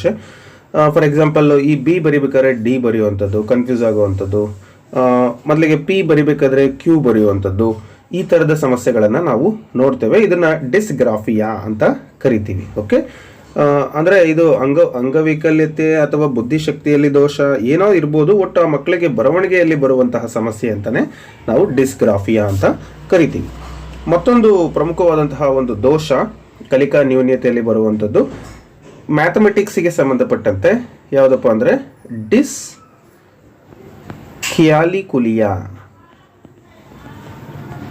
ಸೊ ಬರ್ಕೊಳ್ಳಿ, ಡಿಸ್ಕ್ಯಾಲಿಕುಲಿಯಾ ಅಂದರೆ ಅಂಕಿ ಸಂಖ್ಯೆಗಳು, ಸಂಕೇತಗಳಿಗೆ ಸಂಬಂಧಪಟ್ಟಂತೆ ಅರ್ಥ ಮಾಡ್ಕೊಳ್ಳೋದ್ರಲ್ಲಿ ಮಗು ಎಡುತ್ತಾ ಇದ್ದಾನೆ, ಲೆಕ್ಕಗಳನ್ನು ಮಾಡೋದಲ್ಲಿ ತಪ್ಪು ಮಾಡ್ತಾ ಇದ್ದಾನೆ. ಸೊ ಅದು ಮಗ್ಗಿಯನ್ನು ಹೇಳೋದಕ್ಕೆ ತಪ್ಪು ಮಾಡ್ತಾ ಇದ್ದಾನೆ, ಗಣಿತಕ್ಕೆ ಸಂಬಂಧಪಟ್ಟ ಲೆಕ್ಕಗಳನ್ನು ಮಾಡೋದ್ರಲ್ಲಿ ದೋಷವನ್ನು ವ್ಯಕ್ತಪಡಿಸ್ತಾ ಇದ್ದಾನೆ ಅಂತ ಹೇಳಿದ್ರೆ ಇದು ಡಿಸ್ಕ್ಯಾಲಿಕುಲಿಯಾ ಅಂತ ನಾವು ಹೇಳ್ತೀವಿ. ಸೊ ಡಿಸ್ಲೆಕ್ಸಿಯಾ, ಅದರಲ್ಲಿ ಡಿಸ್ಪೋನಿಯಾ ಮತ್ತು ಡಿಸ್ಪಾಸಿಯಾ ಆಗುತ್ತೆ. ಇನ್ನು ಡಿಸ್ಗ್ರಾಫಿಯಾ ಅದು ರೈಟಿಂಗಲ್ಲಿ ಬರುವಂಥ ತೊಂದರೆ. ಡಿಸ್ಕ್ಯಾಲ್ಕುಲಿಯಾ ಗಣಿತಕ್ಕೆ ಸಂಬಂಧಪಟ್ಟಂತಹ ಒಂದು ಲೆಕ್ಕಗಳನ್ನು ಬಿಡಿಸುವಲ್ಲಿ ದೋಷ ಅಂತ ನಾವು ಹೇಳ್ತೇವೆ. ಐ ಥಿಂಕ್ ಇದು ನಿಮ್ಗೆ ಕ್ಲಾರಿಫಿಕೇಶನ್ ಸಿಕ್ಕಿರ್ಬೋದು. ಡೀಟೇಲ್ ಆಗಿ ಬೇಕಂದರೆ ನಾನು ವಿಡಿಯೋ ಲಿಂಕನ್ನು ಕೊಡ್ಲಿಕ್ಕೆ ಟ್ರೈ ಮಾಡ್ತೀನಿ, ಇಲ್ಲ ನೀವು ಕೂಡ ಸರ್ಚ್ ಮಾಡಿ ನೋಡಿ. ನಂದೇ ಚಾನಲ್ ಅಂತ ಅಲ್ಲ, ಯಾವುದೇ ಚಾನಲಲ್ಲಿ ನಿಮಗೆ ಉಪಯುಕ್ತ ಮಾಹಿತಿ ಇತ್ತು ಅಂದರೆ you can search it and make a notes. ಅದು ನೋಟ್ಸ್ ಹೆಂಗಿರ್ಬೇಕಂದ್ರೆ ನೋಡಿದರೆ ಬ್ಯೂಟಿಫುಲ್ ಆಗಿರಬೇಕು. ನಾವು ಬರೆಯುವ ಸಂದರ್ಭದಲ್ಲೇ ಮತ್ತೆ ಅದನ್ನ ಓದಲಿಲ್ಲ ಅಂದರೂ ಕೂಡ ನೆನಪಲ್ಲಿ ಉಳಿಬೇಕು, ಆ ರೀತಿ ಬರ್ಕೊಳ್ಳಿ. Go to the next question. ಆಶ್ರಿತ ಮಾನಸಿಕ ನ್ಯೂನ್ಯತೆಯುಳ್ಳಂತಹ ಮಕ್ಕಳ ಬುದ್ಧಿಶಕ್ತಿ ಸೂಚ್ಯಂಕ ಅಂತ ಕೇಳಿದ್ದಾರೆ. ಸೊ ಎಷ್ಟಿರ್ತದೆ? ಆಶ್ರಿತ ಅಂದರೆ ಒಬ್ಬರ ಮೇಲೆ ಡಿಪೆಂಡ್ ಆಗಿರೋವಂಥದ್ದು. ಸೊ ಪ್ರಮುಖವಾಗಿ ಇದಕ್ಕೆ ನೇರವಾಗಿ ಉತ್ತರ ಹೇಳ್ಬಿಡ್ತೀನಿ, 20 to 25. ಸೊ ಇದು ಕಳೆದ ವಿಡಿಯೋದಲ್ಲಿ ಕೂಡ ಇದ್ರ ಬಗ್ಗೆ ನಾನು ಚರ್ಚೆ ಮಾಡಿದ್ದೀನಿ. ಆಶ್ರಿತ ಬುದ್ಧಿಶಕ್ತಿ ಅಂತ ಹೇಳಿದ್ರೆ ಇನ್ನೊಬ್ಬರು ಕೂಡ ಬೇಕು, ಅವರಿಗೆ ತುಂಬ ಮಾನಸಿಕ ಒಂದು ವಿಕೋಪವನ್ನು ಹೊಂದಿರತಕ್ಕಂತಹ ಮಕ್ಕಳು ಅಂತಲೇ ಹೇಳ್ಬೋದು. ತೀವ್ರವಾಗಿ ವಿಕೋಪ ಅಥವಾ ಆಳವಾದ ಒಂದು ಕೋಪ ಅಥವಾ ತುಂಬನೇ ಒಂದು ನರ ವೈಜ್ಞಾನಿಕ ಸಂಬಂಧಪಟ್ಟಂತೆ ಒಂದು ದೋಷಗಳು ಅವರಲ್ಲಿ ಕಂಡುಬರುತ್ತೆ. ಇದಕ್ಕೆ ಅವ್ರನ್ನ ಆಶ್ರಿತ ಮಾನಸಿಕ ನ್ಯೂನ್ಯತೆಯುಳ್ಳ ಮಕ್ಕಳು ಅಂತೇಳಿ ಕರಿತೀವಿ. ಇನ್ನು ಮುಂದಿನ ಪ್ರಶ್ನೆ, ವೀಕ್ಷಣಾ ಕಲಿಕೆಯಲ್ಲಿನ ಅನುಸರಿಸಬೇಕಾದ ಹಂತಗಳ ಅನುಕ್ರಮವು ಅಂತ ಇದೆ. ವೀಕ್ಷಣಾ ಕಲಿಕೆಯಲ್ಲಿ ಯಾವ ರೀತಿಯಾಗಿ ಹಂತಗಳು ಬರುತ್ತೆ ಅಂತ. ಸೊ ಕಲಿಕೆಗೆ ಸಂಬಂಧಪಟ್ಟಂತೆ ವೀಕ್ಷಣಾ ಕಲಿಕೆ ಯಾರು ಇದನ್ನು ಪ್ರತಿಪಾದನೆ ಮಾಡಿದ್ದು? ಈಗ ಅದು ಕೂಡ ಬಹಳ ಇಂಪಾರ್ಟೆಂಟು, ನೋಟ್ ಮಾಡ್ಕೊಳ್ಳಿ. ಗೊತ್ತಿದ್ರೆ ನೀವು ಕೂಡ ಒಂದ್ಸರಿ ರಿಪೀಟ್ ಮಾಡ್ಕೊಳ್ಳಿ. ವಿಡಿಯೋವನ್ನು ನೋಡ್ತಾ ಇದ್ರು ಕೂಡ ಪರವಾಗಿಲ್ಲ, ನೀವು ನಿಮ್ಮ ಬಾಯಿ ಬಿಟ್ಟು ಅಥವಾ ಮನಸ್ಸಿನಲ್ಲಿ ಒಂದ್ಸರಿ ಆಲ್ಫ್ರೆಡ್ ಬಂಡೂರ ಅಂತಕ್ಕಂಥದ್ದನ್ನ ನೆನ್ಪಿಟ್ಕೋಬೇಕು. ಯಾರವರು? ಬಂಡೂರ. ದೇವಸ್ಥಾನಕ್ಕೆ ಹೋದಾಗ ಮಗು ತಾಯಿ ತಂದೆ ಗಂಟೆ ಹೊಡೆದು ದೇವರಿಗೆ ನಮಸ್ಕಾರ ಮಾಡೋದನ್ನ ಮಗು ಕೂಡ ಅದೇ ತರ ಮಾಡುತ್ತೆ. ಎಜುಕೇಶನ್ ಸೈಕಾಲಜಿ ಪುಸ್ತಕದಲ್ಲಿ ವಾಮದೇವ ಪವರ್ ಬುಕ್ ಅಲ್ಲಿ ಬಹಳ ಬ್ಯೂಟಿಫುಲ್ ಆಗಿ ಕೊಟ್ಟಿದ್ದಾರೆ ಅದ್ರ ಬಗ್ಗೆ. ಸೊ ನೀವು ಕೂಡ ಓದಿರ್ತೀರಿ, ನಾನು ಪಾಠ ಕೂಡ ಕೆಲವೊಂದು ಕ್ಲಾಸ್ಗಳಲ್ಲಿ ಕೇಳಿದಿರಿ ಕೂಡ. ಅಂದ್ರೆ ಈ ಒಂದು ಕಲಿಕೆಗೆ ಯಾವ ರೀತಿಯಾದ ಹಂತಗಳು ಬರುತ್ತೆ ಅಂತಕ್ಕಂಥದ್ದು ಇಲ್ಲಿ ಬಂದಿರೋ ಪ್ರಶ್ನೆ. ಎಸ್, ಮೊದಲು ಬರ್ತಕ್ಕಂಥದ್ದು ಕನ್ಫ್ಯೂಸ್ ಮಾಡೋದಿಲ್ಲ, ಆನ್ಸರ್ ನೀವು ಗೆಸ್ ಮಾಡಿರ್ತೀರಿ ಯಾವುದು ಅಂತ. ಸೊ ನಾನು ಕೂಡ ಹೇಳಲಿಕ್ಕೆ ಟ್ರೈ ಮಾಡ್ತೇನೆ. ಮೊದಲು ಅರ್ಜನೆ. ಓಕೆ, ಅರ್ಜನೆ ಆಗುತ್ತೆ, ನಂತರ ಧಾರಣೆ, ನಂತರ ಕಾರ್ಯನಿರ್ವಹಣೆ, ಆಮೇಲೆ ಪರಿಣಾಮಗಳು. ಸೊ ಹಾಗಾಗಿ ನೇರವಾಗಿ ಉತ್ತರ ಹೇಳೋದಾದ್ರೆ ಅರ್ಜನೆ, ಧಾರಣೆ, ಕಾರ್ಯನಿರ್ವಹಣೆ, ಪರಿಣಾಮಗಳು. ಸೊ ಆಪ್ಷನ್ 4 ಇದಕ್ಕೆ ನೇರವಾದ ಸರಿಯಾದ ಉತ್ತರ. No wastage of time, go to the next question. ಪರಿಕಲ್ಪನೆಗಳ ಬೆಳವಣಿಗೆಯ ಮೂಲತಃ ಇದರ ಅಂಗವಾಗಿದೆ. ಪರಿಕಲ್ಪನೆಗಳ ಬೆಳವಣಿಗೆ ಯಾವುದರ ಒಂದು ಅಂಗ ಅಂತ ಕೇಳಿದರೆ, ಭಾವನಾತ್ಮಕ ಬೆಳವಣಿಗೆಗೆ ಮತ್ತೆ ಭೌತಿಕ, ಶಾರೀರಿಕ, ಸಾಮಾಜಿಕ ಬೆಳವಣಿಗೆಗೆ ಒಂದು ಯಾವುದರ ಒಂದು ಅಂಗ ಅಂತ ಕೇಳಿದರೆ, ಪರಿಕಲ್ಪನೆಗಳ ಬೆಳವಣಿಗೆಯು ಮೂಲತಃ ಇದರ ಅಂಗವಾಗಿದೆ. ಯಾವುದು? ಥಿಂಕಿಂಗ್ ಅಂದರೆ ಎಸ್, ಬೌದ್ಧಿಕ. ಆಪ್ಷನ್ 2 ಅಲ್ಲಿ ಸ್ಪೆಲ್ಲಿಂಗ್ ಮಿಸ್ಟೇಕ್ ಆಗಿದೆ, ಬೌದ್ಧಿಕ ಬೆಳವಣಿಗೆ. ಓಕೆ, ಈ ಒಂದು ಬೌದ್ಧಿಕ ಬೆಳವಣಿಗೆ ಏನಿದೆ ಇದು ಪರಿಕಲ್ಪನೆಗಳ ಬೆಳವಣಿಗೆಗೆ ಮೂಲತಃ ಒಂದು ಅಂಗ ಅಂತಾನೆ ನಾವು ಹೇಳ್ಬೋದು. ಅಂದರೆ ಮನಸ್ಸಿನಲ್ಲಿ ಯಾವುದೇ ಒಂದು ಪರಿಕಲ್ಪನೆಯನ್ನು ನಾವು ಬೆಳೆಸ್ಕೊಂಡ್ವಿ, ಅದರ ಚಿತ್ರವನ್ನು ಕಲ್ಪನೆ ಮಾಡ್ಕೊಳ್ತೀವಿ ಅಂತ ಹೇಳಿದ್ರೆ ಅದು ಒಂದು ಬೌದ್ಧ ಕ್ರಿಯೆ, ಅಂದರೆ ಮಾನಸಿಕ ಕ್ರಿಯೆ ಅಂತಾನೆ ಹೇಳ್ಬೋದು. ಮಗುವಿನಲ್ಲಿ ಈ ಒಂದು ಮಾನಸಿಕ ಪಕ್ವತೆ ಹೊಂದಿದ್ರೆ ಮಾತ್ರ ಈ ಥರದ ಒಂದು ಪರಿಕಲ್ಪನೆ ಬರಲಿಕ್ಕೆ ಸಾಧ್ಯ. ಇಲ್ಲ ಅಂದರೆ ಪರಿಕಲ್ಪನೆ ಬೌದ್ಧಿಕ ಬೆಳವಣಿಗೆ ಆಗಿಲ್ಲ ಅಂದರೆ ಯಾವುದೇ ಪರಿಕಲ್ಪನೆಗಳು ಬರೋದಿಲ್ಲ ಅನ್ನೋದನ್ನು ನಾವಿಲ್ಲಿ ನೆನಪಿಟ್ಕೋಬೇಕು. Okay, so I think you satisfied this one. ನೀವು ನಿಮ್ಮದೇ ಆದ ಓನ್ ವೇನಲ್ಲಿ ಅರ್ಥ ಮಾಡ್ಕೋಬಹುದು. ನಾನು ಹೇಳಿದ ಥರನೇ ಥಿಂಕ್ ಮಾಡ್ಬೇಕಂತಿಲ್ಲ. Go to the next question. ಪೂರ್ವ ಕಲಿಕೆಯು ಹೊಸ ಸನ್ನಿವೇಶದ ಕಲಿಕೆಯಲ್ಲಿ ಯಾವ ರೀತಿ ವ್ಯತ್ಯಾಸವನ್ನ ಮಾಡದಿದ್ದರೆ ಅದನ್ನು ಹೀಗೆನ್ನುವರು. ಇದು ಕಲಿಕೆಯ ವರ್ಗಾವಣೆಗೆ ಸಂಬಂಧಪಟ್ಟಂತೆ ಇದೆ. ಸೊ ಕಲಿಕಾ ವರ್ಗಾವಣೆ ಇದು ಕೂಡ ಸಾಕಷ್ಟು ಕ್ಲಾಸ್ಗಳಲ್ಲಿ ನಾನು ನಿಮಗೆ ಎಕ್ಸ್ಪ್ಲೈನ್ ಮಾಡಿದ್ದೀನಿ, ಅದನ್ನು ಕೂಡ ನೀವು ಓದಿದ್ದೀರಿ, ನೋಡ್ಕೊಂಡಿದ್ದೀರಿ ಅಂತ ಭಾವಿಸ್ತಾ. ನೋಡಿ, ಯಾವುದೇ ರೀತಿಯ ವ್ಯತ್ಯಾಸವನ್ನು ಮಾಡಲ್ಲ ಅದು. ಸೊ ಅದು ನ್ಯೂಟ್ರಲ್ ಆಗಿರ್ತದೆ ಅಂತ ಅರ್ಥ. ನ್ಯೂಟ್ರಲ್ ಇಸ್ ನಥಿಂಗ್ ಬಟ್ ಶೂನ್ಯ. ಆಪ್ಷನ್ 3 ಇದಕ್ಕೆ ಸರಿಯಾದ ಉತ್ತರ. ಇನ್ ಕೇಸ್ ಒಂದು ಉದಾಹರಣೆ ಕೊಡೋದಾದರೆ, ಶೂನ್ಯ ವರ್ಗಾವಣೆಗೆ ಉದಾಹರಣೆ ಕೊಡೋದಾದರೆ, ನಾನಲ್ಲಿ ಏನಾಗಿದೆ ಅಂದರೆ ವಿಜ್ಞಾನ ಶಿಕ್ಷಕ ಆಗಿದ್ದೆ, ಅಲ್ಲಿ ಬೇಡ ಇಂಗ್ಲೀಷ್ ಶಿಕ್ಷಕ ಆಗಿದ್ದೆ, ಇಲ್ಲಿ ಬಂದ್ಬಿಟ್ಟು ನಾನು ಕನ್ನಡ ಪಾಠ ಮಾಡ್ತಾ ಇದ್ದೀನಿ ಆ ಥರ. ಅಥವಾ ನಾನಲ್ಲಿ ಮೊದಲು ಸೈಕಲ್ ಓಡಿಸ್ತಾ ಇದ್ದೆ, ಈಗ ನಾನು ವಿಮಾನ ಓಡಿಸ್ಬೇಕಾಗಿದೆ. So there is no relation between cycle and flight ಅಲ್ವಾ. ಸೊ ಹಾಗಾಗಿ ಅಂಥವು ಇತಿಹಾಸ ನಾನು ಪಾಠ ಮಾಡ್ತಾ ಇದ್ದೆ, ಈಗ ಗಣಿತ ಅಭ್ಯಾಸ ಮಾಡಬೇಕಾಗಿದೆ, ಅದಕ್ಕೂ ಏನು ಸಂಬಂಧ ಅಷ್ಟೊಂದಿಲ್ಲ. ಹಾಗಾಗಿ ಇದು ಶೂನ್ಯ ಕಲಿಕೆಯ ವರ್ಗಾವಣೆ. ಇನ್ ಕೇಸ್ ತೊಂದರೆ ಕೊಟ್ಟರೆ ಅದು ಋಣಾತ್ಮಕ ಆಗುತ್ತೆ. ಸರಿ, ಈಗ ಸೈಕಲ್ ಕಲ್ತೀನಿ, ಬೈಕ್ ಓಡಿಸ್ಬೇಕು ಅಂದರೆ ಅದು ಪಾಸಿಟಿವ್ ಆಗುತ್ತೆ, ಧನಾತ್ಮಕ ಕಲಿಕೆಯ ವರ್ಗಾವಣೆ. ಸ್ವಲ್ಪ ಸಹಾಯ ಮಾಡುತ್ತೆ ಅಂದರೆ ಪಾರ್ಶ್ವ ವರ್ಗಾವಣೆ. ಕ್ಲಿಯರ್ ಆಯ್ತಲ್ಲ? ಇದನ್ನು ಕೂಡ ಕಲ್ತಿದ್ದೀರಿ ಅಂದ್ಕೊಂಡು ಮುಂದೆ ಹೋಗ್ತೀನಿ. ಜ್ಞಾನೆಯವರ ಪ್ರಕಾರ ಉನ್ನತ ಮಟ್ಟದ ಕಲಿಕೆ ಸೊ ಉನ್ನತ ಮಟ್ಟದ ಕಲಿಕೆ ಅಂತ ಹೇಳಿದ್ರೆ ನೋಡಿ, ಮೊದಲು ಕೊಡೋದು ಯಾವ ಕಲಿಕೆ, ಅವರು ಅತ್ಯಂತ ಕೆಳಮಟ್ಟದ ಕಲಿಕೆ, 8 ವಿಧವಾದ ಕಲಿಕೆಯನ್ನ ಕೊಟ್ಟಿದ್ದಾರೆ ಅವರು. ನೆನ್ಪಿಟ್ಕೊಳ್ಳಿ, ಬರ್ಕೊಂಬಿಡಿ ಬೇಕಂದ್ರೆ. ಅದರಲ್ಲಿ ಉನ್ನತ ಮಟ್ಟದ ಕಲಿಕೆ ಯಾವುದು? ಕೆಳಮಟ್ಟದ ಕಲಿಕೆ ಬಂದು ಸಂಜ್ಞಾ ಕಲಿಕೆ, ಪ್ರಚೋದನಾ ಪ್ರತಿಕ್ರಿಯಾ ಕಲಿಕೆ, ಸರಪಳಿ ಕಲಿಕೆ, ಶಾಬ್ದಿಕ ಸಾಹಚರ್ಯ ಕಲಿಕೆ, ಬಹುವಿಧ ವ್ಯತ್ಯಾಸ ಕಲಿಕೆ, ಪರಿಕಲ್ಪನೆಗಳ ಕಲಿಕೆ, ತತ್ವಗಳ ಕಲಿಕೆ, ಸಮಸ್ಯೆ ಪರಿಹಾರ ಕಲಿಕೆ. ಸೊ ಸಮಸ್ಯೆ ಪರಿಹಾರ ಕಲಿಕೆ ಅಂತಕ್ಕಂಥದ್ದು ಉನ್ನತ ಮಟ್ಟದ ಕಲಿಕೆ. 8 ವಿಧವಾದ ಕಲಿಕೆಯ ವಿಧಗಳಿದಾವೆ. ಅವುಗಳನ್ನು ನಾನೀಗ ನಿಮ್ಮ ಮುಂದೆ ವಿವರಿಸಿ ಹೇಳುವಂಥ ಪ್ರಯತ್ನ ಮಾಡಿದ್ದೀನಿ. ಅತ್ಯಂತ ಕೆಳಮಟ್ಟದ ಕಲಿಕೆ ಅಂತ ಕೇಳಿದ್ರೆ ಸಂಜ್ಞಾ ಕಲಿಕೆ ಅಂತ ನೀವು ತಿಳ್ಕೊಬೇಕು. ನೆಕ್ಸ್ಟ್, ಪರಿಕಲ್ಪನಾ ಸಾಧನೆ ಮಾದರಿಯನ್ನು ಪ್ರತಿಪಾದಿಸಿದವರು ಯಾರು ಅಂತ ಕೇಳಿದ್ದಾರೆ.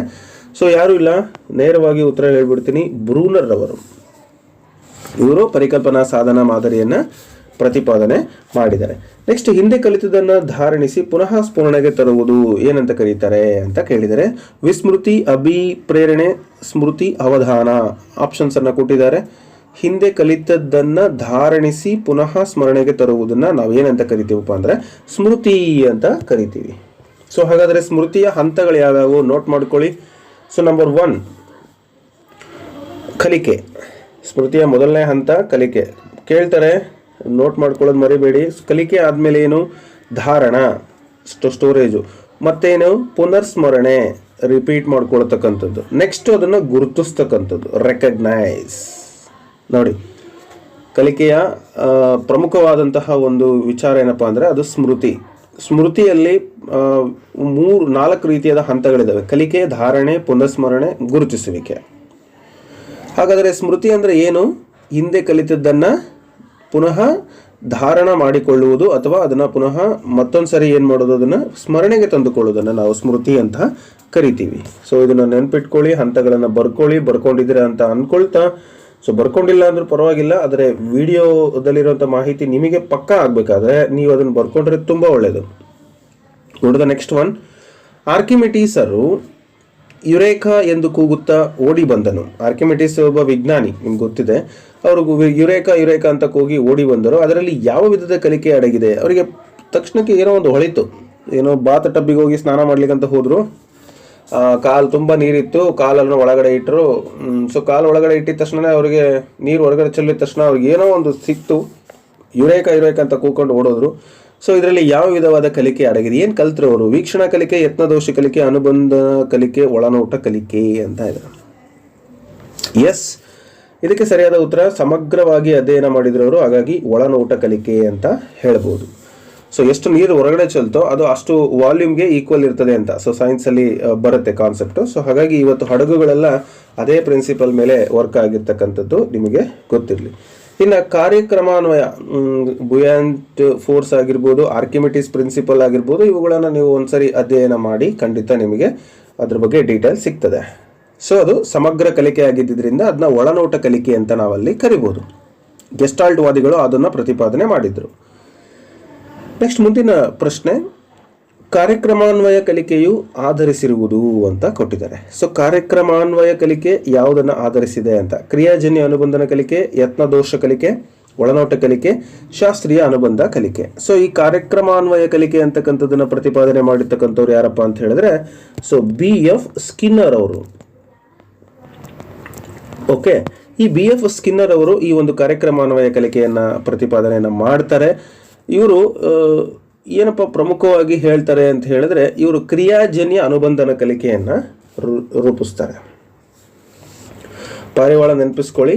ಸೊ ಅದು ಕೆಲಸ ಮಾಡಿದಾಗೆಲ್ಲ ಅದಕ್ಕೆ ಪಾಸಿಟಿವ್ ಆಗಿ ಗ್ರೀನ್ ಬಟನ್ ಅನ್ನು ಕುಕ್ಕಿದಾಗ ಕಾಳು ಬರುತ್ತೆ, ಇನ್ನು ರೆಡ್ ಬಟನ್ ಕುಕ್ಕಿದಾಗ ಕರೆಂಟ್ ಹೊಡೆಯುತ್ತೆ, ಬರೋದಿಲ್ಲ. ಸೊ ಹಾಗಾಗಿ ಅಲ್ಲಿ ನಾವು ಮಾಡಿರುವಂಥ ಕೆಲಸಕ್ಕೆ ರೀಇನ್ಫೋರ್ಸ್ಮೆಂಟ್ ಬೇಕು ಅನ್ನೋದನ್ನು ಅವರು ತಮ್ಮ ಪ್ರಯೋಗದ ಮೂಲಕ ಸರಳವಾಗಿ ತಿಳಿಸ್ಕೊಟ್ಟಿದ್ದಾರೆ. ಓಕೆ, ಸೊ ನೆಕ್ಸ್ಟ್ ಮುಂದಿನ ಪ್ರಶ್ನೆ, ಇದು ಕೊನೆಯ ಪ್ರಶ್ನೆ ಈ ತರಗತಿದು. ಈ ಕೆಳಗಿನ ಯಾವುದು ಕ್ರಿಯಾ ಸಂಶೋಧಕನನ್ನ ಕ್ರಿಯಾ ಯೋಜನೆಗೆ ನಿರ್ದೇಶಿಸುತ್ತದೆ ಅಂತ ಕೇಳಿದ್ದಾರೆ. ಎಸ್, ಸಂಭವನೀಯ ಕಾರಣಗಳ ವಿಶ್ಲೇಷಣೆ, ಕ್ರಿಯಾ ಪ್ರಾಕಲ್ಪನೆಗಳನ್ನು ರೂಪಿಸುವುದು, ಪೂರ್ವ ಪರೀಕ್ಷಾದತ್ತ ವಿಶ್ಲೇಷಣೆ, ಸಮಸ್ಯೆಯನ್ನು ನಿರ್ದಿಷ್ಟಗೊಳಿಸುವುದು ಅಂತ ಕೊಟ್ಟಿದ್ದಾರೆ. ಯಾರು ಕ್ರಿಯಾ ಸಂಶೋಧಕನನ್ನು ನಿರ್ದೇಶನ ಕೊಡ್ತಾರೆ ಅಂತ? ಏನಕ್ಕೆ ಕ್ರಿಯಾ ಸಂಶೋಧನೆ ಮಾಡ್ತೀವಿ? ಕಲಿಕಾ ನ್ಯೂನ್ಯತೆಯನ್ನು ಗುರುತಿಸಲಿಕ್ಕೆ. ಯಾವುದೋ ಒಂದು ಕಂಪ್ನಿ ಬಿದ್ದೋಗಿದೆಯಪ್ಪ, ಅದು ಯಾಕೆ ಬಿದ್ದೋಯ್ತು, ಅದು ಟೋಟಲ್ ಏನಾಗಿತ್ತು, ಏನೇನು ಕಾರಣಗಳಿರ್ಬೋದು, ನನ್ನಿಂದ ಆಗುವಂತಹವು, ನನ್ನಿಂದ ಆಗದೇ ಇರತಕ್ಕಂಥವು ಅಂತ ಕಾರಣಗಳನ್ನು ಬರಿತೀವಲ್ವಾ, ಅವುಗಳನ್ನೇ ನಾವು ಕ್ರಿಯಾ ಪ್ರಾಕಲ್ಪನೆಗಳು ಅಂತ ಕರಿತೀವಿ. ಸೊ ಕಲಿಕಾ ಸಂದರ್ಭದಲ್ಲಿ, ಬೋಧನಾ ಸಂದರ್ಭದಲ್ಲಿ ಮಕ್ಕಳಲ್ಲಿರ್ತಕ್ಕಂತಹ ಸಮಸ್ಯೆಗಳನ್ನು ಪತ್ತೆ ಹಚ್ಚಲಿಕ್ಕೆ ಈ ಒಂದು ಕ್ರಿಯಾ ಸಂಶೋಧನೆ, ಆಕ್ಷನ್ ರಿಸರ್ಚ್ ಬಹಳಷ್ಟು ಯೂಸ್ಫುಲ್ ಆಗಿರ್ತಕ್ಕಂಥ ಒಂದು ಟೆಕ್ನಿಕ್. ಅದರಲ್ಲಿ ಅವರಿಗೆ ಹೆಲ್ಪ್ಫುಲ್ ಆಗಿರ್ತಕ್ಕಂಥದ್ದು ಏನಪ್ಪಾ ಅಂದರೆ ಕ್ರಿಯಾ ಪ್ರಾಕಲ್ಪನೆಗಳನ್ನು ನಿರೂಪಿಸ್ತಕ್ಕಂಥದ್ದೇ ಬಹಳ ಪ್ರಮುಖವಾಗಿ ಬೇಕಾಗಿರುವಂಥದ್ದು.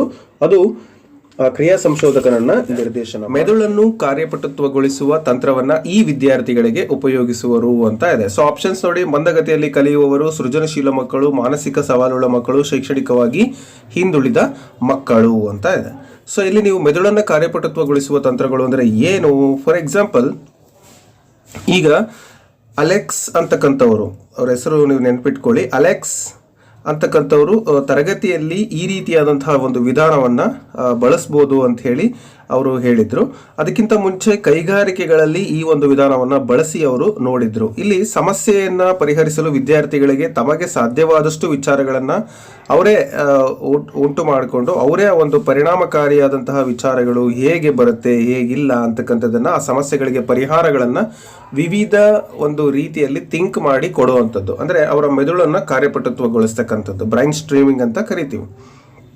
ಸೊ ಈ ಒಂದು ವಿಧಾನ ಯಾರು ಮಾಡ್ಲಿಕ್ಕೆ ಸಾಧ್ಯ? ಮಂದಗತಿಯಲ್ಲಿ ಕಲಿಲಿಕ್ಕೆ ಮಾಡೋರು ಸಾಧ್ಯನಾ?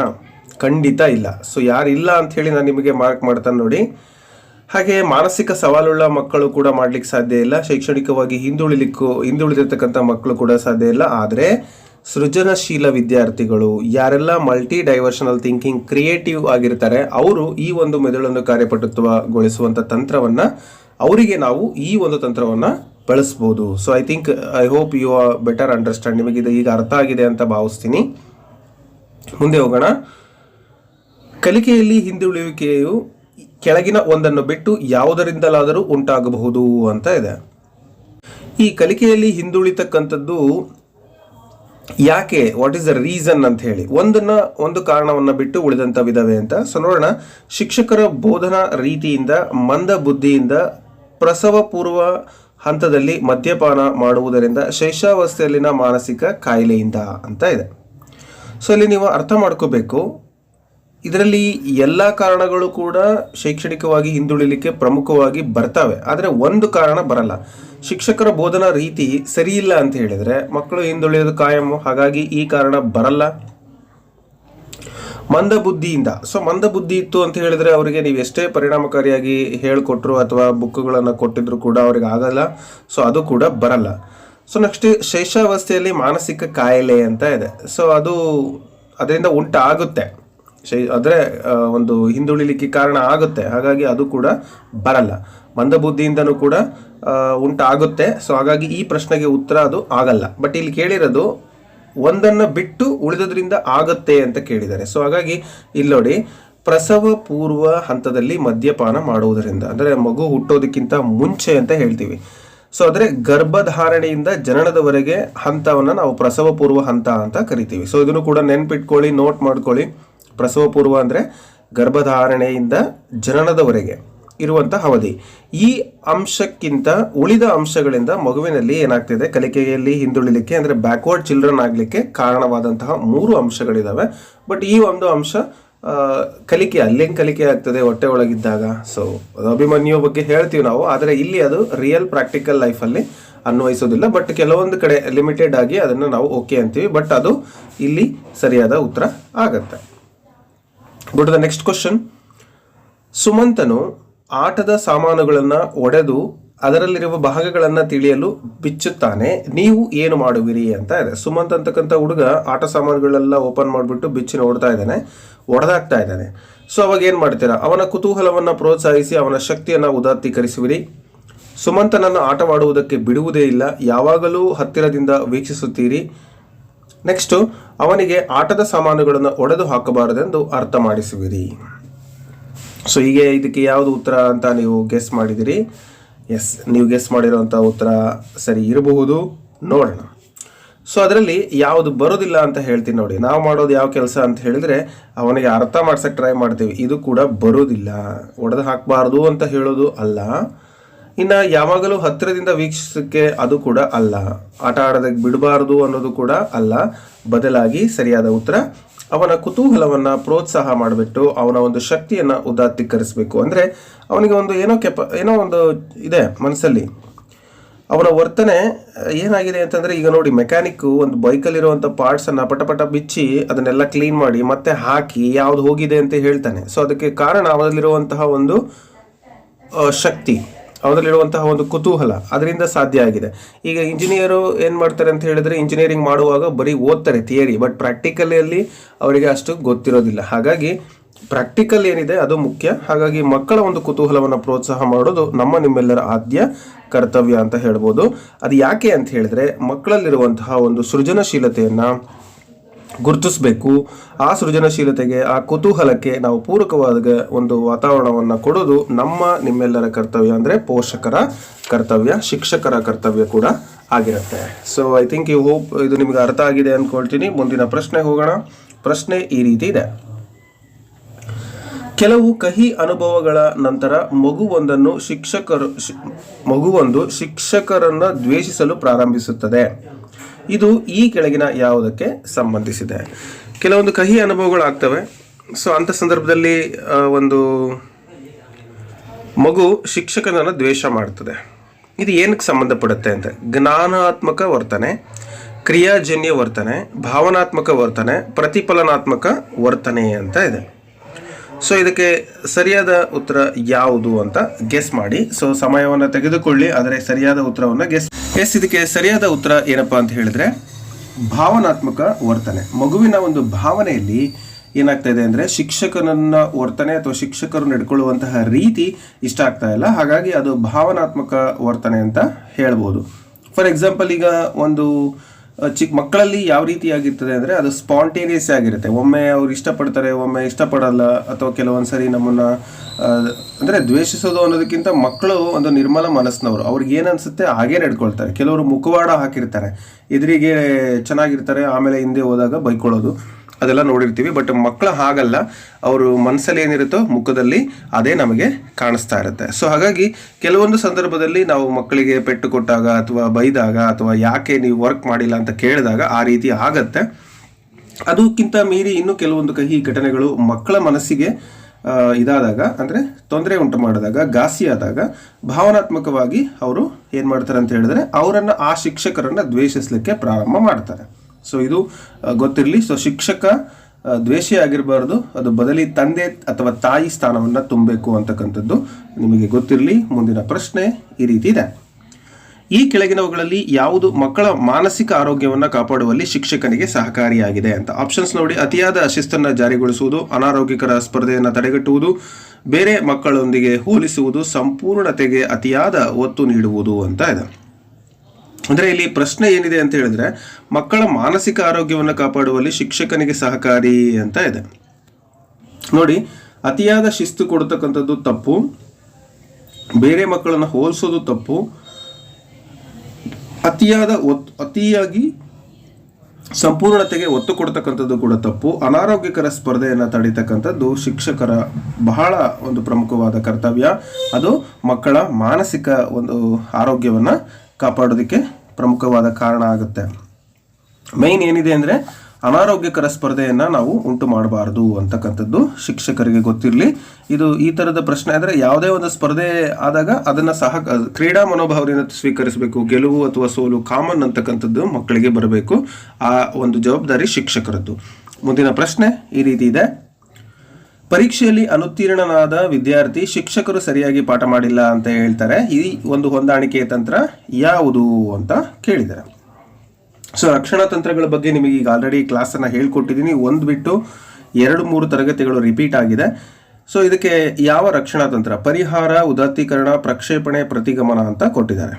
ಸೊ ಅಂದರೆ ಅವನಲ್ಲಿರುವಂತಹ ತಪ್ಪನ್ನು ಮುಚ್ಚಿಡಲಿಕ್ಕೆ ಬೇರೆಯವರ ಮೇಲೆ ದೋಷಾರೋಪಣೆಯನ್ನು ಮಾಡುವಂಥದ್ದು. ಸೊ ಅದನ್ನು ನಾವೇನಂತ ಕರಿತೀವಿ ಅಂದರೆ ಪ್ರಕ್ಷೇಪಣೆ ಅಂತ ಕರಿತೀವಿ. ಸೊ ಬೆಟರ್ ನಿಮಗೆ ಇದು ಗೊತ್ತಿರಲಿ, ಯಾವ್ಯಾವ ರಕ್ಷಣಾ ತಂತ್ರಗಳಿದ್ದಾವೆ ಮತ್ತು ಅವುಗಳನ್ನು ಹೇಗೆ ಬಳಸ್ತಾರೆ ಅಂತಕ್ಕಂಥದ್ದು, ಅದರ ಒಂದು ಜ್ಞಾನ ನಿಮಗೆ ಬೇಕೇ ಬೇಕು ಸ್ನೇಹಿತರೆ. ಸೊ ಅವುಗಳನ್ನು ನೀವು ಬೆಟರ್ ಚೆನ್ನಾಗಿ ಅಭ್ಯಾಸ ಮಾಡೋದ್ರಿಂದ ಸೊ ನಿಮಗೆ ಯಾವುದೇ ಥರ ಪರೀಕ್ಷೆಯಲ್ಲಿ ಇನ್ನೂ ಪ್ರಶ್ನೆಗಳು ಬಂದಾಗ ಏನಾಗುತ್ತೆ ಅಂದರೆ ಸಂಪೂರ್ಣವಾಗಿ ಉತ್ತರ ಬರೀಲಿಕ್ಕೆ ಸಾಧ್ಯ ಆಗುತ್ತೆ. ಈ ರಕ್ಷಣಾ ತಂತ್ರಗಳ ಬಗ್ಗೆ ಕ್ಲಾಸ್ ಹೇಳಿದ್ದೆ, ಬಟ್ ಈ ಒಂದು ಸಂದರ್ಭದಲ್ಲಿ ನಿಮಗೆ ಇನ್ನಷ್ಟು ಮಾಹಿತಿಗಳನ್ನು ಕೊಡಲಿಕ್ಕೆ ಪ್ರಯತ್ನ ಮಾಡ್ತೀನಿ. ಸೊ ಬಹಳ ಇಂಪಾರ್ಟೆಂಟು ಈ ರಕ್ಷಣಾ ತಂತ್ರಗಳು ಅಂದರೆ ಒಬ್ಬ ವ್ಯಕ್ತಿ ಮಾನಸಿಕ ಆಶಾಭಂಗ, ಅಂದರೆ ಈ ಆಶಾಭಂಗ, ಇನ್ನೊಂದು ಘರ್ಷಣೆ, ಸೊ ಇವು ದ್ವಂದ್ವಗಳು, ಇವುಗಳಿಂದ ಪರಿಹರಿಸಲಿಕ್ಕೆ ಅವುಗಳಿಂದ ತಪ್ಪಿಸ್ಕೊಳ್ಳಿಕ್ಕೆ, ಸಮತೋಲನವನ್ನು ಉಂಟು ಮಾಡಿಕೊಳ್ಳಿಕ್ಕೆ ಯಾವ ಒಂದು ಪರಿಹಾರಗಳನ್ನು ಕಂಡುಕೊಳ್ತಾನಲ್ಲ ಅವುಗಳನ್ನೇ ನಾವು ರಕ್ಷಣಾ ತಂತ್ರ ಅಂತೇಳಿ ಕರಿತೀವಿ, ಅಥವಾ ಹೊಂದಾಣಿಕೆಯ ತಂತ್ರ ಅಂತ ಕರಿತೀವಿ. ಸೊ ಭಾಳ ಇಂಪಾರ್ಟೆಂಟ್ ಇದು. ಇಲ್ಲಿ ನಾವು ಒಂದಲ್ಲ ಒಂದು ರೀತಿ ಹೊಂದಾಣಿಕೆ ತಂತ್ರಗಳನ್ನು ಬಳಸ್ತಾನೆ ಇರ್ತೀವಿ. ಅದರಲ್ಲಿ ಮೊದಲನೇದು ಬಹಳ ಇಂಪಾರ್ಟೆಂಟು ಪರಿಹಾರ ಅಂತಕ್ಕಂಥದ್ದು. ಸೊ ಏನು ಪರಿಹಾರ ಅಂತ ಹೇಳಿದರೆ, ಈಗ ಒಂದು ಕ್ಷೇತ್ರದಲ್ಲಿ ಸಾಮರ್ಥ್ಯ ಸಾಧನೆ ಕೊರತೆ ಇದ್ದರೆ ನಾವು ಇನ್ನೊಂದು ಕ್ಷೇತ್ರವನ್ನು ಕಂಡುಕೊಂಡು ಅಲ್ಲಿ ಬದಲಿ ಪರಿಹಾರವನ್ನು ಮಾಡಿಕೊಂಡು ಅಲ್ಲಿ, ಈಗ ಫಾರ್ ಎಕ್ಸಾಂಪಲ್ ನಾನು ಓದಿ ಇಂಜಿನಿಯರಿಂಗ್ ಮಾಡೋಕ್ಕಾಗಲಿಲ್ಲಪ್ಪ, ಅದ್ರ ಬದಲು ನಾನು ನನ್ನ ಟ್ಯಾಲೆಂಟನ್ನು ಬೇರೆ ಕಡೆ ಮೇಸ್ಟ್ರ್ ಆಗಿಬಿಟ್ಟಿದ್ದೀನಿ ಇವಾಗ ನಾನು. ಸೊ ನಾನು ಆ ಥರ ಮಾಡ್ಬೋದು. ನನಗೆ ಪೊಲೀಸ್ ಆಗಬೇಕಂತ ಆಸೆ ಇತ್ತು, ಆದರೆ ಆಗಕ್ಕಾಗಲಿಲ್ಲ. ಅದ್ರ ಬದಲು ನಾನು ಏನು ಮಾಡಿದೆ ಅಂದರೆ ಬೇರೆ ಕ್ಷೇತ್ರದಲ್ಲಿ ಶಿಕ್ಷಕರ ಒಂದು ವೃತ್ತಿಯನ್ನು ತೊಗೊಂಡೆ, ಅದು ಅದರಲ್ಲಿ ನಾನು ಸಕ್ಸಸ್ ಆದೆ. ಸೊ ಇದು ಪರಿಹಾರ ಅಂತ ಕರಿತೀವಿ. ಸೊ ನೆಕ್ಸ್ಟ್ ಇನ್ನೊಂದು ಪ್ರಕ್ಷೇಪಣೆ ಅಂತ ಏನಿದೆ, ಇದೇನಪ್ಪ ಅಂತ ಹೇಳಿದರೆ ಒಂದು ವೈಫಲ್ಯವನ್ನು ಇನ್ನೊಬ್ಬರ ಮೇಲೆ ಹಾಕುವಂಥದ್ದು. ಈ ಒಂದು ಪ್ರಶ್ನೆಗೆ ಅದೇ ಉತ್ತರ ಇತ್ತು ನೋಡಿ, ಹೌದಲ್ಲ? ಸೊ ಅಂದರೆ ನಾನೊಬ್ಬನೇ ಅಲ್ಲಪ್ಪ, ಇನ್ನೊಬ್ಬರು ಅದೇ ಥರ ಇದ್ದಾರೆ ಅಂತಕ್ಕಂಥದ್ದು. ಅತಿಯಾದ ಪ್ರಕ್ಷೇಪಣೆ ಮಾಡೋದು ಕೂಡ ತಪ್ಪೇ, ಬಟ್ ಆದರೂ ಕೂಡ ಅದರಿಂದ ಅವ್ರ ಮನಸ್ಸಿಗೆ ಏನಾಗುತ್ತೆ, ಒಂದು ಉಪಯೋಗ ಬರುತ್ತೆ. ಫಾರ್ ಎಕ್ಸಾಂಪಲ್ ಭಾಳ ಜನ ಹೇಳ್ತಾರೆ, ಏನೋ GPSC ಪಾಸ್ ಆಗಲಿಲ್ಲല്ലോ, ಸರಿ ಕಾಲ್ ಮಾಡಿದ್ರು. ಸೊ ಏನಾಗಲ್ಲ, ನಾನು ನೋಡಿಲಿ ಇವತ್ತು ಎಷ್ಟು ಪೋಸ್ಟ್ ಇದೆ, 100 ಇದೆ, ಎಷ್ಟು ಜನ ಎಲಿಜಿಬಲ್ ಆಗಿದ್ದಾರೆ, ಸುಮಾರು ಜನ, ಬಟ್ ಅದರಲ್ಲಿ ನಾನು ಒಬ್ಬ, ಬರೀ ಅಷ್ಟೇ, ಏನು ಮಾಡೋಕ್ಕಾಗಲ್ಲ, ನಾನೊಬ್ಬನೇ ಅಲ್ಲಲ್ಲ ಅಂತ ಇನ್ನೊಬ್ಬರ ಮೇಲೆ ಹಾಕ್ತಕ್ಕಂಥದ್ದು. ತನ್ನ ವೈಫಲ್ಯಗಳನ್ನು ಒಪ್ಪಿಕೊಳ್ಳಲು ಬದಲು ಅದೇ ವೈಫಲ್ಯಗಳು ಇತರರಲ್ಲಿವೆ ಅಂತಕ್ಕಂಥ ತೋರಿಸುವ ಒಂದು ಇದು ಏನಾಗ್ತಿದೆ ಅಂತ ಹೇಳಿದ್ರೆ ಪ್ರಕ್ಷೇಪಣೆ ಅಂತ ಹೇಳ್ತೀವಿ. ಇನ್ನು ಉದಾತ್ತೀಕರಣ ಅಂತ ಹೇಳಿದ್ರೆ ಇದು ಬಹಳ ಇಂಪಾರ್ಟೆಂಟು. ಇದು ಸಮಾಜದಲ್ಲಿ ಒಂದು ಬೇಕಾಗಿರುವಂಥ ಅಪೇಕ್ಷಣೀಯ ತಂತ್ರ ಅಂತ ಹೇಳ್ತೀವಿ. ಫಾರ್ ಎಕ್ಸಾಂಪಲ್ಲು ನೋಡಿ, ಏನಾಗ್ತದೆ ಅಂದರೆ ನಮ್ಮ ಶಕ್ತಿಯನ್ನು ನಾವು ಒಳ್ಳೆ ಕೆಲಸಗಳಿಗೆ ಬಳಸ್ಕೊಳ್ತಕ್ಕಂಥದ್ದು, ಸಮಾಜಮುಖಿ ಕಾರ್ಯಗಳಿಗೆ ಬಳಸ್ತಕ್ಕಂಥದ್ದು, ಸಮಾಜ ಸೇವೆಯನ್ನು ಮಾಡ್ತಕ್ಕಂಥದ್ದು. ಅಂದರೆ ನನಗೇನೋ ಸಾಧನೆ ಮಾಡೋಕ್ಕಾಗಲಿಲ್ಲ, ಫಾರ್ ಎಕ್ಸಾಂಪಲ್ ನನ್ನ ಮಗು ಆಗಲಿಲ್ಲ ಅಂತ ಹೇಳಿದ್ರೆ ಅನಾಥಾಶ್ರಮದಲ್ಲಿ ಒಂದಷ್ಟು ಮಕ್ಕಳಿಗೆ ಏನಾದರೂ ಒಂದು ಸಹಾಯ ಮಾಡ್ತಕ್ಕಂಥದ್ದು. ಆ ರೀತಿಯಾಗಿ ಅದನ್ನು ಪರಿಹಾರವನ್ನು, ತಮ್ಮ ಒಂದು ಶಕ್ತಿಯನ್ನು ಸಮಾಜ ಸೇವೆ, ಸಾಹಿತ್ಯ, ಕಲೆ ಇತ್ಯಾದಿ ಒಂದು ಕೆಲಸಗಳಿಗೆ ಮಾಡ್ತಕ್ಕಂಥದ್ದು. ಫಾರ್ ಎಕ್ಸಾಂಪಲ್ಲು ಇನ್ನೂ ಅನೇಕ ಉದಾಹರಣೆಗಳನ್ನು ತಗೋಬೋದು. ಅವನ್ನ ಉದಾತ್ತೀಕರಣ ಅಂತ ನಾವು ಕರಿತೀವಿ. ಇನ್ನು ಮತ್ತೊಂದು ಎಕ್ಸಾಂಪಲ್ ಕೊಟ್ಟಿದ್ದಾರೆ, ಅದೇನಪ್ಪ ಅಂದರೆ ಪ್ರತಿಗಮನ ಅಂತ ಕೊಟ್ಟಿದ್ದಾರೆ. ಸೊ ನೋಡ್ತಾ ಇದ್ದೀರಿ ನೀವು, ಪ್ರತಿಗಮನ ಅಂತ. ಈ ಒಂದು ಪ್ರತಿಗಮನ ಅಂದರೆ ಏನು ಅಂತ ಹೇಳಿದರೆ, ಸೊ ಒಬ್ಬ ವ್ಯಕ್ತಿ ತನ್ನ ಮಾನಸಿಕ ಸ್ಥಿತಿಯಿಂದ ಹೊರಗೆ ಬರಲಿಕ್ಕೆ ಅವನೇನು ಮಾಡ್ತಾನಪ್ಪ ಅಂತ ಹೇಳಿದ್ರೆ ದಮನವನ್ನು ಮಾಡ್ಕೊಳ್ತಾನೆ. ಸೊ ದಮನ ಅಂತ ಹೇಳಿದರೆ ಅವನಲ್ಲಿ ಇರುವಂತಹ ಕೆಲವೊಂದು ಬೇಕಿಲ್ಲದೆ ಇರ್ತಕ್ಕಂಥವನ್ನ ಅವನೇನು ಮಾಡ್ಕೊಳ್ತಾನೆ, ತನ್ನ ಒಂದು ಸುಪ್ತ ಸ್ಥಿತಿಗೆ, ಅಜಾಗರೂಕ ಸ್ಥಿತಿಗೆ ತಳ್ಳಲ್ಪಡುವಂತಹ ಒಂದು ಪ್ರಯತ್ನ ಮಾಡ್ತಾನೆ. ಹಾಗೆ ಇವನ್ ಬಿಟ್ಟು ಇನ್ನೂ ಅನೇಕ ರಕ್ಷಣಾ ತಂತ್ರಗಳಿದ್ದಾವೆ. ತರ್ಕಸಮ್ಮತವಾಗಿಸುವಿಕೆ ಅಂತ ಇದೆ. ಸೊ ಹಾಗೆಯೇ ತದಾತ್ಮೆ ಹೊಂದುವುದು ಅಂತ ಇದೆ. ಸೊ ಪ್ರತಿಸ್ಥಾಪನೆ ಅಂತ ಇದೆ, ಅಥವಾ ಹಗಲುಗನಸು ಕಾಣುವುದು ಅಥವಾ ಭ್ರಮೆ ಅಂತ ಇದೆ. ಸೊ ಈ ಥರದ ಅನೇಕ ಒಂದಷ್ಟು ಉದಾಹರಣೆಗಳು ನೀವು ನೋಡ್ಬೋದು. ಸೊ ನಿಮಗೇನಾದರೂ ಇಲ್ಲಿ ಕನ್ಫ್ಯೂಷನ್ ಆದರೆ ವಾಮದೇವಪ್ಪ ಅವರ ಪುಸ್ತಕ ಆಗಿರ್ಬೋದು, DSC ಅವರ ಪುಸ್ತಕ ಆಗಿರ್ಬೋದು, ಅವುಗಳನ್ನು ನೀವು ನೋಡಿಕೊಂಡು ಅಭ್ಯಾಸವನ್ನು ಮಾಡಿ. ಮುಂದಿನ ಪ್ರಶ್ನೆ, ಸಮಸ್ಯಾತ್ಮಕ ವರ್ತನೆಯ ವಿದ್ಯಾರ್ಥಿಗಳನ್ನು ಅಧ್ಯಯನ ಮಾಡಲು ಉಪಯೋಗಿಸುವ ವಿಧಾನ ಅಂತ ಕೇಳಿದ್ದಾರೆ. ಸೊ ಇಲ್ಲಿ ಆಪ್ಷನ್ಸ್ಗಳಲ್ಲಿ ನೋಡಿ, ವ್ಯಕ್ತಿ ಅಧ್ಯಯನ, ಅಂತರವಲೋಕನ, ಪ್ರಾಯೋಗಿಕ ಅವಲೋಕನ ಅಂತ ಕೊಟ್ಟಿದ್ದಾರೆ. ಸೊ ಇದಕ್ಕೆ ಸರಿಯಾದ ಉತ್ತರ ಯಾವುದು? ಸಮಸ್ಯಾತ್ಮಕ ವಿದ್ಯಾರ್ಥಿಯ ವರ್ತನೆಯನ್ನು ನಾವು ಏನು ಮಾಡ್ಬೋದು ಅಂತಕ್ಕಂಥ ಒಂದು ಪ್ರಶ್ನೆ ಇದೆ, ಇಲ್ಲಿ ಗೆಸ್ ಮಾಡಿ. ಇದಕ್ಕೆ ಸರಿಯಾದ ಉತ್ತರ ನೀವು ಗೆಸ್ ಮಾಡಿರೋದು ಕರೆಕ್ಟ್ ಇದೆ, ವ್ಯಕ್ತಿ ಅಧ್ಯಯನ.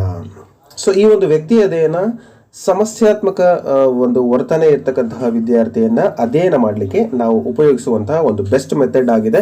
ಇದ್ರ ಮೂಲಕ ಒಬ್ಬ ವ್ಯಕ್ತಿಯ ಬಗ್ಗೆ ಬೇರೆ ಬೇರೆ ರೀತಿಯಲ್ಲಿ ಒಂದು ಅಂಕಿ ಅಂಶಗಳನ್ನು ಕಲೆಕ್ಟ್ ಮಾಡಿ ಆ ವ್ಯಕ್ತಿ ಆ ರೀತಿಯಾದ ಸಮಸ್ಯಾತ್ಮಕ ವರ್ತನೆಯನ್ನು ಯಾಕೆ ತೋರಿಸ್ತಾ ಇದ್ದಾನೆ ಅಂತ ಹೇಳಿ ನಾವು ಕಂಡುಹಿಡಿಯಲಿಕ್ಕೆ ಬಳಸ್ತೀವಿ. ಸೊ ಹಾಗಾಗಿ ಸರಿಯಾದ ಉತ್ತರ ವ್ಯಕ್ತಿ ಅಧ್ಯಯನ ಅಥವಾ ಕೇಸ್ ಸ್ಟಡಿ ಅಂತ ನಾವು ಕರಿತೀವಿ. ಇನ್ನು ನೆಕ್ಸ್ಟ್, ಈ ಹಂತವನ್ನ ಬೆಳವಣಿಗೆಯ ಬುಗ್ಗೆ ಅಂತ ಕರಿತೀವಿ. ಸೊ ಯಾವ ಹಂತವನ್ನ ಬೆಳವಣಿಗೆಯ ಬುಗ್ಗೆ ಅಂತ ಕರಿತೀವಿ? ಪೂರ್ವ ಬಾಲ್ಯಾವಸ್ಥೆ, ಉತ್ತರ ಬಾಲ್ಯಾವಸ್ಥೆ, ತಾರುಣ್ಯಾವಸ್ಥೆ, ಶೇಷಾವಸ್ಥೆ ಅಂತ ಕೊಟ್ಟಿದ್ದಾರೆ.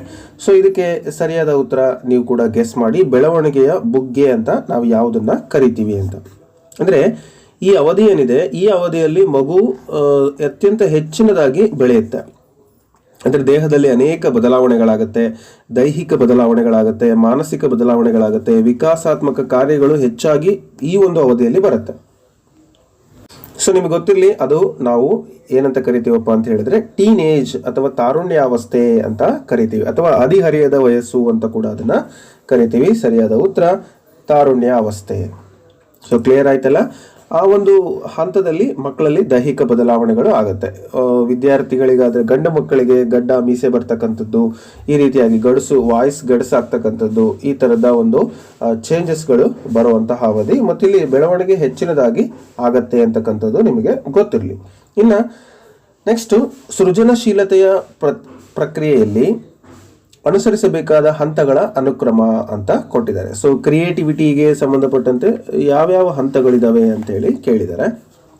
ಸೊ ನಿಮಗೆ ಗೊತ್ತಿರಲಿ, ಕ್ರಿಯೇಟಿವ್ ಇರಬೇಕು ಅಂತ ಹೇಳಿದ್ರೆ ಮೊದಲು ಸಿದ್ಧತೆ ಆಗಿರಬೇಕು, ನೆಕ್ಸ್ಟು ಪರಿಪಾಕಾವಸ್ಥೆ ಇರಬೇಕು, ನೆಕ್ಸ್ಟ್ ಜ್ಞಾನೋದಯ, ಹಾಗೆ ತಾಳೆ ನೋಡ್ತಕ್ಕಂಥದ್ದು. ಸೊ ಆಪ್ಷನ್ 1 ಇದಕ್ಕೆ ನೇರವಾದ ಸರಿಯಾದ ಉತ್ತರ ಆಗುತ್ತೆ. ಬಹಳ ಜನ ನೀವಿಲ್ಲಿ ಇದನ್ನು ಹೇಗೆ ಗೆಸ್ ಮಾಡಬೇಕು ಅಂದರೆ ನೋಡಿ, ತಾಳೆ ನೋಡ್ತಕ್ಕಂಥದ್ದು ಯಾವಾಗಲೂ ಲಾಸ್ಟು, ಸಿದ್ಧತೆ ಯಾವಾಗಲೂ ಫಸ್ಟು. ಹಾಗಾಗಿ ಆಪ್ಷನ್ನು ಇಲ್ಲಿರೋದು ಒಂದೇ, ಹಾಗಾಗಿ ಆಪ್ಷನ್ 1 ತಗೊಳ್ಳಿ. ಇಲ್ಲಿ ನೋಡಿ, ಇಲ್ಲೊಂದು ತಾಳೆ ನೋಡುವುದು ಇದೆ, ಆದರೆ ಸಿದ್ಧತೆ ಮಧ್ಯದಲ್ಲಿ ಬಂದಿದೆ, ಹಾಗಾಗಿ ಇದು ನೇರವಾಗಿ ಬರಲ್ಲ, ಸಿದ್ಧತೆ ಎಲ್ಲೂ ಮಧ್ಯದಲ್ಲಿ ಬರಲ್ಲ. ಈ ರೀತಿ ನೀವು ಗೆಸ್ ಮಾಡಿದರೆ ಓದಿಲ್ಲ ಅಂದ್ರೂ ಕೂಡ ಈ ಒಂದು ಪ್ರಶ್ನೆಗೆ ಸರಿಯಾಗಿ ನೇರವಾಗಿ ಉತ್ತರವನ್ನು ಹಾಕ್ಬೋದು. ಅಂದರೆ ನಾವು ಕೋಲ್ಡ್ ಮೆಥಡ್ ಅಂತ ಹೇಳ್ತೀವಲ್ಲ, ಹಾಗೆ ಕೂಡ ಉತ್ತರವನ್ನು ಬರೀಬೋದು. ಬಟ್ ಬೆಟರ್ ನೀವು ಓದ್ಕೊಳ್ಳಿ, ಆ ರೀತಿ ಮಾಡಬೇಡಿ. ಮುಂದಿನ ಪ್ರಶ್ನೆ ಈ ಥರ ಇದೆ. ಮಾನಸಿಕ ನೋಡಿ, ಇದು ಬಹಳ ಜನ ನನಗೆ ಕಮೆಂಟನ್ನು ಹಾಕಿದ್ರಿ, ಸರ್ ಲೆಕ್ಕಗಳನ್ನು ಮಾಡಿ ತೋರಿಸಿ, ಡಿವೈಡ್ ಮಾಡೋದು ಹೆಂಗೆ ನಮ್ಗೆ ಗೊತ್ತಾಗಲ್ಲ ಸರ್, ನಾವು ಆರ್ಟ್ಸ್ ಸ್ಟೂಡೆಂಟ್ ಇದ್ದೀವಿ, ನೀವು ನೀಟಾಗಿ ಹೇಳ್ಕೊಡ್ಬೇಕು ಅಂತ ಹೇಳಿದ್ರಿ. ಸೊ ಹಾಗಾಗಿ ನೀವು ನಿಮ್ಮ ಒಂದು ಒಪಿನಿಯನ್ ತಗೊಳ್ತೀನಿ, ಟ್ರೈ ಮಾಡ್ತೀನಿ ಮುಂದಿನ ವಿಡಿಯೋದಲ್ಲಿ ಆ ಥರದ ಒಂದಷ್ಟು ಲೆಕ್ಕಗಳನ್ನು. ನೀವು ನನಗೆ ಲೆಕ್ಕಗಳನ್ನು ಒಂದು ಕಡೆ ವಾಟ್ಸಪ್ ನಂಬರಿಗೆ ಕಳಿಸಿ, ಆ ಲೆಕ್ಕಗಳನ್ನೆಲ್ಲವನ್ನು ನಾನು ಬಿಡಿಸೋಕ್ಕೆ ಟ್ರೈ ಮಾಡ್ತೀನಿ. ನನ್ನ ನಂಬರ್ ನಿಮಗೆ ಹೇಳ್ತೀನಿ, ನೋಟ್ ಮಾಡ್ಕೊಳ್ಳಿ. ವಾಟ್ಸಪ್ ಮಾತ್ರ ಮಾಡಿ. ಹಾಗಾಗಿ ಯಾಕೆ ನಂಬರ್ ನಾನು ಜಾಸ್ತಿ ಕೊಡೋದಿಲ್ಲ ಅಂತ ಹೇಳಿದ್ರೆ, ನಾನು ಯಾವುದೇ ಒಂದು ಬ್ಯುಸಿ ಶೆಡ್ಯೂಲಲ್ಲಿ ಇದ್ದಾಗ ಅನೇಕ ಜನ ಕಾಲ್ ಮಾಡ್ತಾರೆ. ಸೊ ಆ ಸಂದರ್ಭದಲ್ಲಿ ನಾನು ರಿಸೀವ್ ಮಾಡೋಕ್ಕಾಗಲ್ಲ. ಕೆಲವೊಂದು ಪ್ರಶ್ನೆಗಳಿಗೆ ನನಗೂ ಉತ್ತರ ಗೊತ್ತಿರಲ್ಲ. ಸೊ ಅಂಥ ಸಂದರ್ಭದಲ್ಲಿ ನಿಮಗೆ ಹೇಳಲಿಕ್ಕೆ ನನಗೂ ಕಷ್ಟ ಆಗುತ್ತೆ. ಮತ್ತು ವಿದ್ಯಾರ್ಥಿಗಳು ಸಾಕಷ್ಟು ಜನ ಕಲಿಕಾ ಚೇತರಿಕೆ ಮಾಡೋದ್ರಿಂದ ಸುಮಾರು ಜನ 7-8 ತರಗತಿಗಳು, 6ನೇ ತರಗತಿ ವಿದ್ಯಾರ್ಥಿಗಳು ಬಹಳ ಜನ ಕರ್ನಾಟಕದಾದ್ಯಂತ ನನಗೆ ವಾಟ್ಸಪ್ ಮಾಡ್ತಾ ಇರ್ತಾರೆ, ವಾಯ್ಸ್ ಮೆಸೇಜ್ ಕಳಿಸ್ತಾ ಇರ್ತಾರೆ. ಸೊ ಪ್ರತಿಯೊಬ್ಬರಿಗೂ ನಾನು ರೆಸ್ಪಾನ್ಸ್ ಮಾಡೋಕ್ಕಾಗಲ್ಲ. ಹಾಗಾಗಿ ನಂಬರ್ ಜಾಸ್ತಿ ನಾನು ಕೊಟ್ಟಿಲ್ಲ. ಬಟ್ ನೀವು ಈ ಲೆಕ್ಕಗಳನ್ನು ನನಗೆ ಕಳಿಸ್ಬೇಕಾಗಿರೋ ನಂಬರ್ 8123441226. ಸೊ ನಾನು ಫ್ರೀ ಇದ್ರೆ ಖಂಡಿತ ಆನ್ಸರ್ ಮಾಡ್ತೀನಿ ಅಂತ ಹೇಳ್ತಾ, ಸೊ ನೀವು ಯಾವ ಲೆಕ್ಕಗಳು ಡೌಟ್ ಇದೆ ಅದನ್ನು ನನಗೆ ಕಳಿಸಿ. ಸೊ ನಾನು ನಿಮಗೆ ಆಗಲೇ ಹೇಳಿದ್ದೆ ಸೂತ್ರ ಏನಂತ, ನೀವು ಇವಾಗಲೂ ಕೂಡ ರಿಪೀಟ್ ಮಾಡ್ಕೋಬೋದು. IQ = ಇಂಟೆಲಿಜೆನ್ಸ್ ಕೋಶೆಂಟ್, ಮಾನಸಿಕ ಒಂದು IQ ಅಂತ ನಾವೇನು ಕರಿತೀವಿ. ಸೊ ಅದಕ್ಕೆ ಸೂತ್ರ MA/CA, ಮಾವ ಬೈ ದೈವ ಅಂತ ಹೇಳಿದ್ದೆ. MA/CA ಅಂತ. ಮಾವ ಅಂದರೆ ಮಾನಸಿಕ ವಯಸ್ಸು, ದೈವ ಅಂದರೆ ದೈಹಿಕ ವಯಸ್ಸು, ಇಂಟು 100. ಈ ಸೂತ್ರ ಮರಿಬೇಡಿ, ನೆನ್ಪಿಟ್ಕೊಳ್ಳಿ. MA ಅಂದರೆ ಮಾನಸಿಕ ವಯಸ್ಸು ಎಷ್ಟಿದೆ ಅವ್ರು ನೋಡಿ, ಮಾನಸಿಕ ವಯಸ್ಸು 15 ಅಂತ ಕೊಟ್ಬಿಟ್ಟಿದ್ದಾರೆ. ದೈಹಿಕ ವಯಸ್ಸನ್ನು ನಾವು ಕಂಡುಹಿಡಿಯಬೇಕು. CA ಹಾಗೇ ಇರಲಿ, ಗುಣಿಸು 100 ಅವರೇ ಕೊಟ್ಬಿಟ್ಟಿದ್ದಾರೆ. IQ 125 ಇದೆ ಅಂತ ಕೊಟ್ಟಿದ್ದಾರೆ. ಈ ಥರ ನೋಡಿ. ಸೊ ಇದೊಂದು ಕ್ಯಾಲ್ಕುಲೇಷನ್ ಪಾರ್ಟ್ ಇದೆ. ಈಗ ನೀವೇನು ಮಾಡಬೇಕು, CAನ ಅಂದರೆ ಕ್ರೊನಾಲಜಿಕಲ್ ಏಜು, ಮಾನಸಿಕ ವಯಸ್ಸು / ದೈಹಿಕ ವಯಸ್ಸು. ದೈಹಿಕ ವಯಸ್ಸನ್ನು ಇಲ್ಲಿಗೆ ಶಿಫ್ಟ್ ಮಾಡ್ಕೊಳ್ಳಿ. ಇದು ಅದಾಗದೆ ಕೆಳಗಡೆ ಬರುತ್ತೆ. ಸೊ ಅಥವಾ ನೀವು ಇದನ್ನು ಸ್ಪ್ಲಿಟ್ ಮಾಡ್ಕೊಳ್ಳೋದು ಹೇಗೆ ಅನ್ನೋದನ್ನು ಕೂಡ ನೀವು ಇಲ್ಲಿ ಗಮನಿಸ್ಕೋಬೇಕು.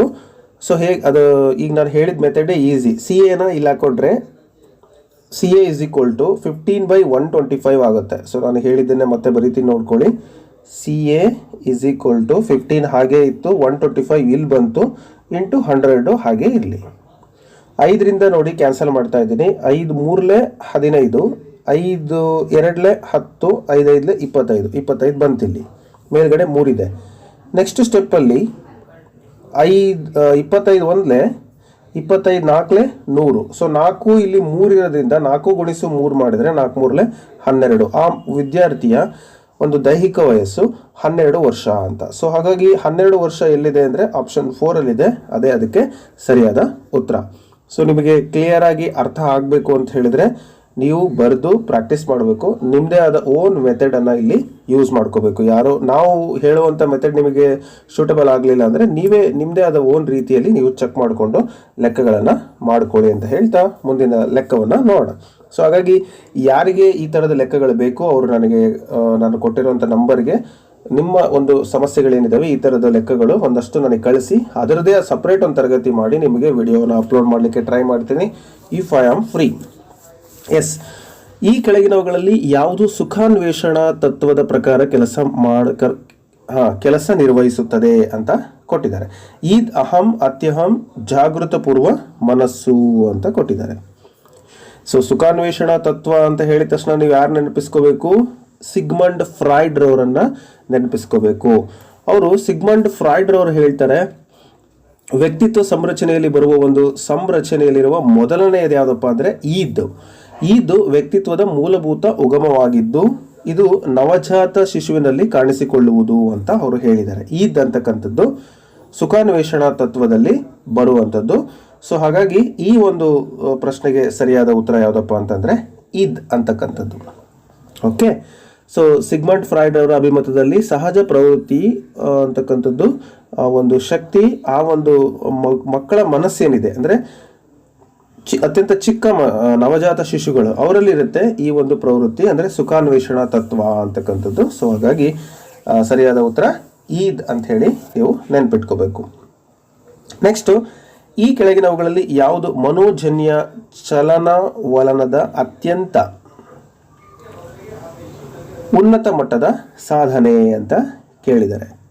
ಸೊ ಯಾವುದು ಉನ್ನತ ಮಟ್ಟದ ಸಾಧನೆ ಅಂತ ಹೇಳಿದರೆ ಮೊದಲನೇದು ನೋಡಿ, ಸ್ಫುಟತೆ, ಮೌಲ್ಯಮಾಪನ, ಸ್ವಾಭಾವೀಕರಣ, ಅನುಕರಣೆ ಅಂತ ಕೊಟ್ಟಿದ್ದಾರೆ. ಸೊ ಇಲ್ಲಿ ಬಹಳ ಈಸಿಯಾಗಿ ನೀವು ಗೆಸ್ ಮಾಡ್ಬೋದು. ಉನ್ನತ ಮಟ್ಟದ ಸಾಧನೆ ಅಂತ ಹೇಳಿದರೆ ಸೊ ಫೈನಲ್ ಆಗಿ ಯಾವುದು ಜನರಲೈಸೇಷನ್ ಅಥವಾ ನಾವೇನು ಕರಿತೀವಿ ಸ್ವಾಭಾವೀಕರಣ. ಸೊ ಅದೇ ಇದಕ್ಕೆ ಉನ್ನತ ಮಟ್ಟದ ಒಂದು ಹಂತ ಅಂತ ನಾವು ಇಲ್ಲಿ ಹೇಳ್ಬೋದು. ಅದೇ ಸಾಧನೆ. ಟೋಟಲಿ ಆ ಒಂದು ವರ್ತನೆಗಳು ಏನಾಗ್ತವೆ ಅಂತ ಹೇಳಿದ್ರೆ, ಈಗ ನಾವು ಒಂದು ಥಾರ್ನ್ಡೈಕರ್ ಅವರ ಪ್ರಯೋಗವನ್ನು ನೋಡಿ, ಅಲ್ಲಿ ಏನಾಗ್ತದೆ, ಒಂದು ಬೆಕ್ಕು ಸಮಸ್ಯಾತ್ಮಕ ಪೆಟ್ಟಿಗೆಯಲ್ಲಿ ಹೇಗೇಗೋ ಚಲನೆಯನ್ನು ಮಾಡುತ್ತೆ, ಕಾಲು ಕೈ ಎಲ್ಲ ಗಾಯ ಮಾಡ್ಕೊಳ್ಳುತ್ತೆ, ಕೊನೆಗೆ ಒಂದು ಅಗುಳಿಯನ್ನು ತುಳಿದು ಹೊರಗೆ ಬಂದು ಮೀನನ್ನು ತಿಂದು ತೃಪ್ತಿ ಪಡುತ್ತೆ. ಕೊನೆಗೆ ಅದಕ್ಕೆ ಏನಾಯಿತು, ಒಂದು ವಿಧಾನ ಗೊತ್ತಾಯಿತು, ಅದು ಜನರಲೈಸೇಷನ್ ಮಾಡ್ಕೊಳ್ತು. ನೆಕ್ಸ್ಟ್ ಯಾವಾಗ ಬೇಕೋ ಅವಾಗ ಅದೇನು ಮಾಡ್ತು, ಅಗುಳಿನ ತುಳಿತು, ಹೋಯ್ತು, ಹೊರಗಡೆ ತಿಂತು ಬಂದ್ಬಿಡ್ತು. ಮತ್ತೆ ಅದೇ ಥರನೇ ಈ ಒಂದು ಸ್ಕಿನ್ನರ್ ಅವರ ಪ್ರಯೋಗದಲ್ಲೂ ಕೂಡ ಅದೇ ಥರ ಆಗಿತ್ತು. ಅಂದರೆ ಫೈನಲಿ ಏನಾಗ್ತದೆ, ಸೊ ದಟ್ ಈಸ್ ವಾಟ್ ಸ್ವಾಭಾವೀಕರಣ ಅಂತ ನಾವು ಕರಿತೀವಿ. ಸೊ ಅದೇ ಅತ್ಯಂತ ಉನ್ನತ ಮಟ್ಟದ ಸಾಧನೆ ಅಂತ ಹೇಳ್ಬೋದು. ಇನ್ನು ಕೆಳಗಿನ ಯಾವ ಒಂದು ಜೊತೆಯ ಅಂಶಗಳನ್ನು ಒಂದೇ ನಾಣ್ಯದ ಎರಡು ಮುಖಗಳು ಅಂತ ಪರಿಗಣಿಸಲಾಗಿದೆ ಅಂತ ಹೇಳಿ ಕೇಳಿದರೆ, ಸೊ ಆಸಕ್ತಿ ಮತ್ತು ಅವಧಾನ, ಆಸಕ್ತಿ ಮತ್ತು ಪರಿಪಕ್ವತೆ ಮತ್ತು ಪ್ರೇರಣೆ, ಮನೋಭಾವ ಮತ್ತು ಪರಿಪಕ್ವತೆ. ಸೊ ಈ ಪ್ರಶ್ನೆ ಪರೀಕ್ಷೆಯಲ್ಲಿ ಹೋಗಿ ನಾವು ಅಟೆಂಡ್ ಮಾಡಬೇಕಾದ್ರೆ ನಮ್ಮ ಮನಸ್ಸಿಗೆ ಅನಿಸುತ್ತೆ, ಅಯ್ಯೋಯಪ್ಪ ಎಲ್ಲವೂ ಕರೆಕ್ಟೇ ಇದ್ದಾವೆ, ಇದಕ್ಕೆ ಯಾವ್ದು ಹಾಕಬೇಕು ಯಾವ್ದು ಬಿಡಬೇಕು, ಈ ಥರದ ಒಂದು ಗೊಂದಲ ಸ್ಟಾರ್ಟ್ ಆಗುತ್ತೆ ನಿಮಗೆ. ಈಗ ನಾವು ಕಾಮನ್ ಆಗಿದ್ದಾಗ ಓದುವಾಗ ಇದು ಈಸಿ ಅನಿಸುತ್ತೆ. ಸೊ ಈಗ ಗೆಸ್ ಮಾಡಿ, ನಾನು ಹೇಳಿದಾದ್ಮೇಲೆ ನೀವು ಉತ್ತರ ಇದೆ ಅಂತ ಅಂದ್ಕೋಬೋದು. ಆಸಕ್ತಿ ಮತ್ತು ಅವಧಾನ, ಆಸಕ್ತಿ ಮತ್ತು ಪರಿಪಕ್ವತೆ ಮತ್ತು ಪ್ರೇರಣೆ, ಮನೋಭಾವ ಮತ್ತು ಪರಿಪಕ್ವತೆ. ಸೊ ಯಾವುದಿರ್ಬೋದು? ಎಸ್, ನಿಮ್ಮ ಗೆಸ್ಸಿಂಗ್ ಕರೆಕ್ಟ್ ಇದೆ ಅಂತ ಅಂದ್ಕೊಳ್ತೀನಿ. ನೀವು ಗೆಸ್ ಮಾಡಿರೋದು ಯಾವ ಉತ್ತರ ಅಂತಕ್ಕಂಥದ್ದು ಯಾವುದು? ಹಾಗಾದರೆ ಸರಿಯಾದ ಉತ್ತರ ಏನಪ್ಪ ಅಂತ ಹೇಳಿದ್ರೆ ಆಸಕ್ತಿ ಮತ್ತು ಅವಧಾನ. ನೋಡಿ, ಸೊ ಈ ಆಸಕ್ತಿ ಅಂತಕ್ಕಂಥದ್ದು ಬಹಳ ಇಂಪಾರ್ಟೆಂಟು. ಅದು ಆಸಕ್ತಿ ಇದ್ರೇ ಅವಧಾನ ಬರ್ತಕ್ಕಂಥದ್ದು. ಸೊ ಅವಧಾನ ಇದ್ದರೆ ಆಸಕ್ತಿ, ಆಸಕ್ತಿ ಇದ್ರೇ ಅವಧಾನ. ಸೊ ಎರಡರಲ್ಲಿ ಒಂದಿಲ್ಲ ಅಂದ್ರು, ಈಗ ಫಾರ್ ಎಕ್ಸಾಂಪಲ್ ನೀವು ನನ್ನ ಕ್ಲಾಸು ಸ್ಟಾರ್ಟ್ ಮಾಡಿದಾಗ ನಿಮಗೆ ಆಸಕ್ತಿ ಇದ್ದ ಸ್ಟಾರ್ಟ್ ಮಾಡಿದ್ರಿ, ಸೊ ಕಂಟಿನ್ಯೂ ಆಗಿ ನೀವು ಆಸಕ್ತಿ ಇರಲಿಲ್ಲ ಅಂತ ಹೇಳಿದ್ರೆ ಅವಧಾನ ಬರೋದಿಲ್ಲ. ಸೊ ಅವಧಾನ ಇಲ್ಲ ಅಂದರೆ ವಿಡಿಯೋನ ಸ್ಕಿಪ್ ಮಾಡೋದು, ಓಡಿಸೋದು, ಈ ಥರ ಮಾಡ್ತೀವಿ. ನೋಡಿ, ಇವೆರಡೂ ಕೂಡ ಒಂದೇ ನಾಣ್ಯದ ಎರಡು ಮುಖಗಳು. ಇವು ಇದ್ರೇ ಕಲಿಕೆ ಅಂತಕ್ಕಂಥದ್ದು ಪರಿಣಾಮಕಾರಿಯಾಗಿ ಆಗತ್ತೆ, ಇಲ್ಲಾಂದರೆ ಖಂಡಿತ ಆಗಲ್ಲ. ಸೊ ಇದನ್ನು ನೀವು ನಿಮ್ಮದೇ ಆದ ರೀತಿಯಲ್ಲಿ ಯೋಚನೆ ಮಾಡಿ. So go to the next question. ಈ ಕೆಳಗಿನ ಯಾವುದನ್ನು ಸಂಶೋಧಕನ ಕಣ್ಣು ಎಂದು ಕರೆಯುತ್ತಾರೆ ಅಂತ ಕೊಟ್ಟಿದ್ದಾರೆ. ಸೊ ಇಲ್ಲಿ ಸಂಶೋಧಕನ ಕಣ್ಣು ಅಂತ ಯಾವುದನ್ನು ನಾವು ಕರಿತೀವಿ ಅಂತ ಕೇಳಿದ್ದಾರೆ. ಆಪ್ಷನ್ಸ್ಗಳಲ್ಲಿ ಸಂಭವನೀಯ ಕಾರಣಗಳ ವಿಶ್ಲೇಷಣೆ, ನಿರ್ದಿಷ್ಟಗೊಳಿಸಿದ ಸಮಸ್ಯೆ, ಕಾರ್ಯಯೋಜನೆ, ಕ್ರಿಯಾ ಪ್ರಾಕಲ್ಪನೆ ಅಂತ ಕೊಟ್ಟಿದ್ದಾರೆ. ಸೊ ಸಾಕಷ್ಟು ಬಾರಿ ಈ ಥರದ ಪ್ರಶ್ನೆ ಕಳೆದ ವಿಡಿಯೋದಲ್ಲಿ ಕೂಡ ಬಂದಿತ್ತು. ಅಲ್ಲಿ ಕೂಡ ನೀವು ಉತ್ತರವನ್ನು ಗೆಸ್ ಮಾಡಿದ್ರಿ. ಇದೇ ಪ್ರಶ್ನೆ ಅಲ್ಲಿ ಬೇರೆ ರೀತಿಯಾಗಿ ಕೇಳಿದ್ದಾರೆ. ಸರಿಯಾದ ಉತ್ತರ ನೀವು ಕೂಡ ಹೇಳಿದ್ರಿ, ಕ್ರಿಯಾ ಪ್ರಾಕಲ್ಪನೆ. So what are the reasons ಅಂದರೆ ಕ್ರಿಯಾ ಸಂಶೋಧನೆಯಲ್ಲಿ ಸಂಶೋಧಕನು ಯಾವೆಲ್ಲ ಊಹೆಗಳನ್ನು ರಚನೆ ಮಾಡ್ಕೊಳ್ತಾನೆ, ಪ್ರಾಕಲ್ಪನೆಗಳನ್ನು ರಚನೆ ಮಾಡ್ಕೊಳ್ತಾನೆ, ಅವುಗಳು ಪ್ರಮುಖ ಪಾತ್ರವನ್ನು ವಹಿಸುತ್ತೆ. ಹಾಗಾಗಿ ನಾವು ಪ್ರಾಕಲ್ಪನೆಗಳನ್ನು ಸರಿಯಾಗಿ ಅಂದುಕೊಂಡಾಗ ಅವು ಯಶಸ್ಸಾಗ್ತವೆ. ಅಲ್ಲಿ ನಮ್ಮ ಒಂದು ಕ್ರಿಯಾ ಸಂಶೋಧನೆ ಅಂತಕ್ಕಂಥದ್ದು ಸಕ್ಸಸ್ ಆಗಲಿಕ್ಕೆ ಪ್ರಮುಖವಾದ ಕಾರಣ ಆಗುತ್ತೆ. ಸೊ ಐ ಹೋಪ್ ಇದು ನಿಮಗೆ ಕಳೆದ ವಿಡಿಯೋದಲ್ಲೂ ಕೂಡ ಕ್ಲಾರಿಫಿಕೇಶನ್ ಸಿಕ್ಕಿದೆ. ಹೆಚ್ಚಿನದಾಗಿ ನಾನು ನಿಮಗೆ ಇದ್ರ ಬಗ್ಗೆ ಹೇಳಲಿಕ್ಕೆ ಹೋಗಲ್ಲ. ಈ ತರಗತಿಯ ಕೊನೆಯ ಪ್ರಶ್ನೆ ಇದು. ಈ ಹಂತದ ಜ್ಞಾನಾತ್ಮಕ ಬೆಳವಣಿಗೆಯಲ್ಲಿ ತಾರ್ಕಿಕ ಚಿಂತನೆ ಸಂಪೂರ್ಣವಾಗಿ ವಿಕಾಸಗೊಳ್ಳುತ್ತದೆ ಅಂತ ಕೊಟ್ಟಿದ್ದಾರೆ. ಸೊ ಇಲ್ಲಿ ಪಿಯಾಜೆ ಅವರನ್ನ ನೆನಪಿಸ್ಕೊಳ್ಳಿ. ಅವ್ರು ಹೇಳ್ತಾರೆ, ಹಂತಗಳನ್ನು ಕೊಟ್ಟಿದ್ದಾರೆ ಪಿಯಾಜೆ ಅವರು. ಏನೇನು ಹಂತಗಳು ಅಂತಕ್ಕಂಥದ್ದು ಈಗ ಆಲ್ರೆಡಿ ನಿಮಗೆ ಗೊತ್ತಿದೆ. ಸೊ ಅದರಲ್ಲಿ ಸಂವೇದನಾ ಗತಿ ಹಂತ, ಮೂರ್ತ ಕಾರ್ಯಗಳ ಹಂತ, ಔಪಚಾರಿಕ ಕಾರ್ಯಗಳ ಹಂತ, ಕಾರ್ಯಪೂರ್ವ ಹಂತ ಅಂತ ಆಪ್ಷನ್ಸ್ ಅಲ್ಲಿ ಇದೆ. ಸೊ ಇದರಲ್ಲಿ ಪ್ರಮುಖವಾಗಿ ಅವ್ರು ಕೇಳಿರುವಂಥದ್ದು ಏನಪ್ಪಾ ಅಂತ ಹೇಳಿದ್ರೆ, ಜ್ಞಾನಾತ್ಮಕ ಬೆಳವಣಿಗೆಯ ತಾರ್ಕಿಕ ಚಿಂತನೆ ಅಂತಕ್ಕಂಥದ್ದು ಯಾವಾಗ ವಿಕಾಸಗೊಳ್ಳುತ್ತೆ ಅಂತ. ಅಂದರೆ 8 ರಿಂದ 12 ವರ್ಷಗಳವರೆಗೆ ವಿಕಾಸಗೊಳ್ಳುತ್ತೆ ಅನ್ನೋದು ಕೂಡ ನಿಮಗೆ ಗೊತ್ತಿರಲಿ. ಪಿಯಾಜೆ ಅವರು ಈ ಒಂದು ವಿಕಾಸಾತ್ಮಕ ಕಾರ್ಯಗಳ ಹಂತಗಳನ್ನು ಸೂಚಿಸಿದರೆ ಅಂತಕ್ಕಂಥದ್ದು ಕೂಡ ನಿಮಗೆ ಗೊತ್ತಿರಲಿ. ತಾರ್ಕಿಕ ಚಿಂತನೆ ಯಾವಾಗ ಫೈನಲಿ ಡೆವಲಪ್ ಆಗುತ್ತೆ ಅಂತಕ್ಕಂಥದ್ದು ಔಪಚಾರಿಕ ಕಾರ್ಯಗಳ ಹಂತದಲ್ಲಿ ಆಗುತ್ತೆ. ಸೊ ಆಪ್ಷನ್ 3 ಇದಕ್ಕೆ ಸರಿಯಾದ ಉತ್ತರ ಆಗುತ್ತೆ. ಔಪಚಾರಿಕ ಕಾರ್ಯಗಳ ಹಂತ ಇದಕ್ಕೆ ನೇರವಾದ ಸರಿಯಾದ ಉತ್ತರ ಆಗುತ್ತೆ ಸ್ನೇಹಿತರೆ. ಇದರ ಬಗ್ಗೆ ಪಿಯಾಜೆ ಅವರ ಜ್ಞಾನಾತ್ಮಕ ವಿಕಾಸದ ಹಂತಗಳನ್ನು ಹೆಚ್ಚಿನದಾಗಿ ಸ್ಟಡಿ ಮಾಡಿ ನೀವು ಇನ್ನಷ್ಟು ಉತ್ತರಗಳನ್ನು ಕಲ್ತ್ಕೋಬಹುದು ಅಂತ ಹೇಳ್ತಾ ಮುಂದಿನ ವಿಡಿಯೋದಲ್ಲಿ ಮತ್ತೆ ಭೇಟಿ ಆಗ್ತೀನಿ. Thank you so much for watching this video. ಯಾವುದಾದ್ರೂ ಡೌಟ್ ಇದ್ದರೆ ಕಮೆಂಟ್ ಮೂಲಕ ನನಗೆ ತಿಳಿಸ್ಕೊಡಿ ಅಂತ ಹೇಳ್ತಾ ಧನ್ಯವಾದಗಳು.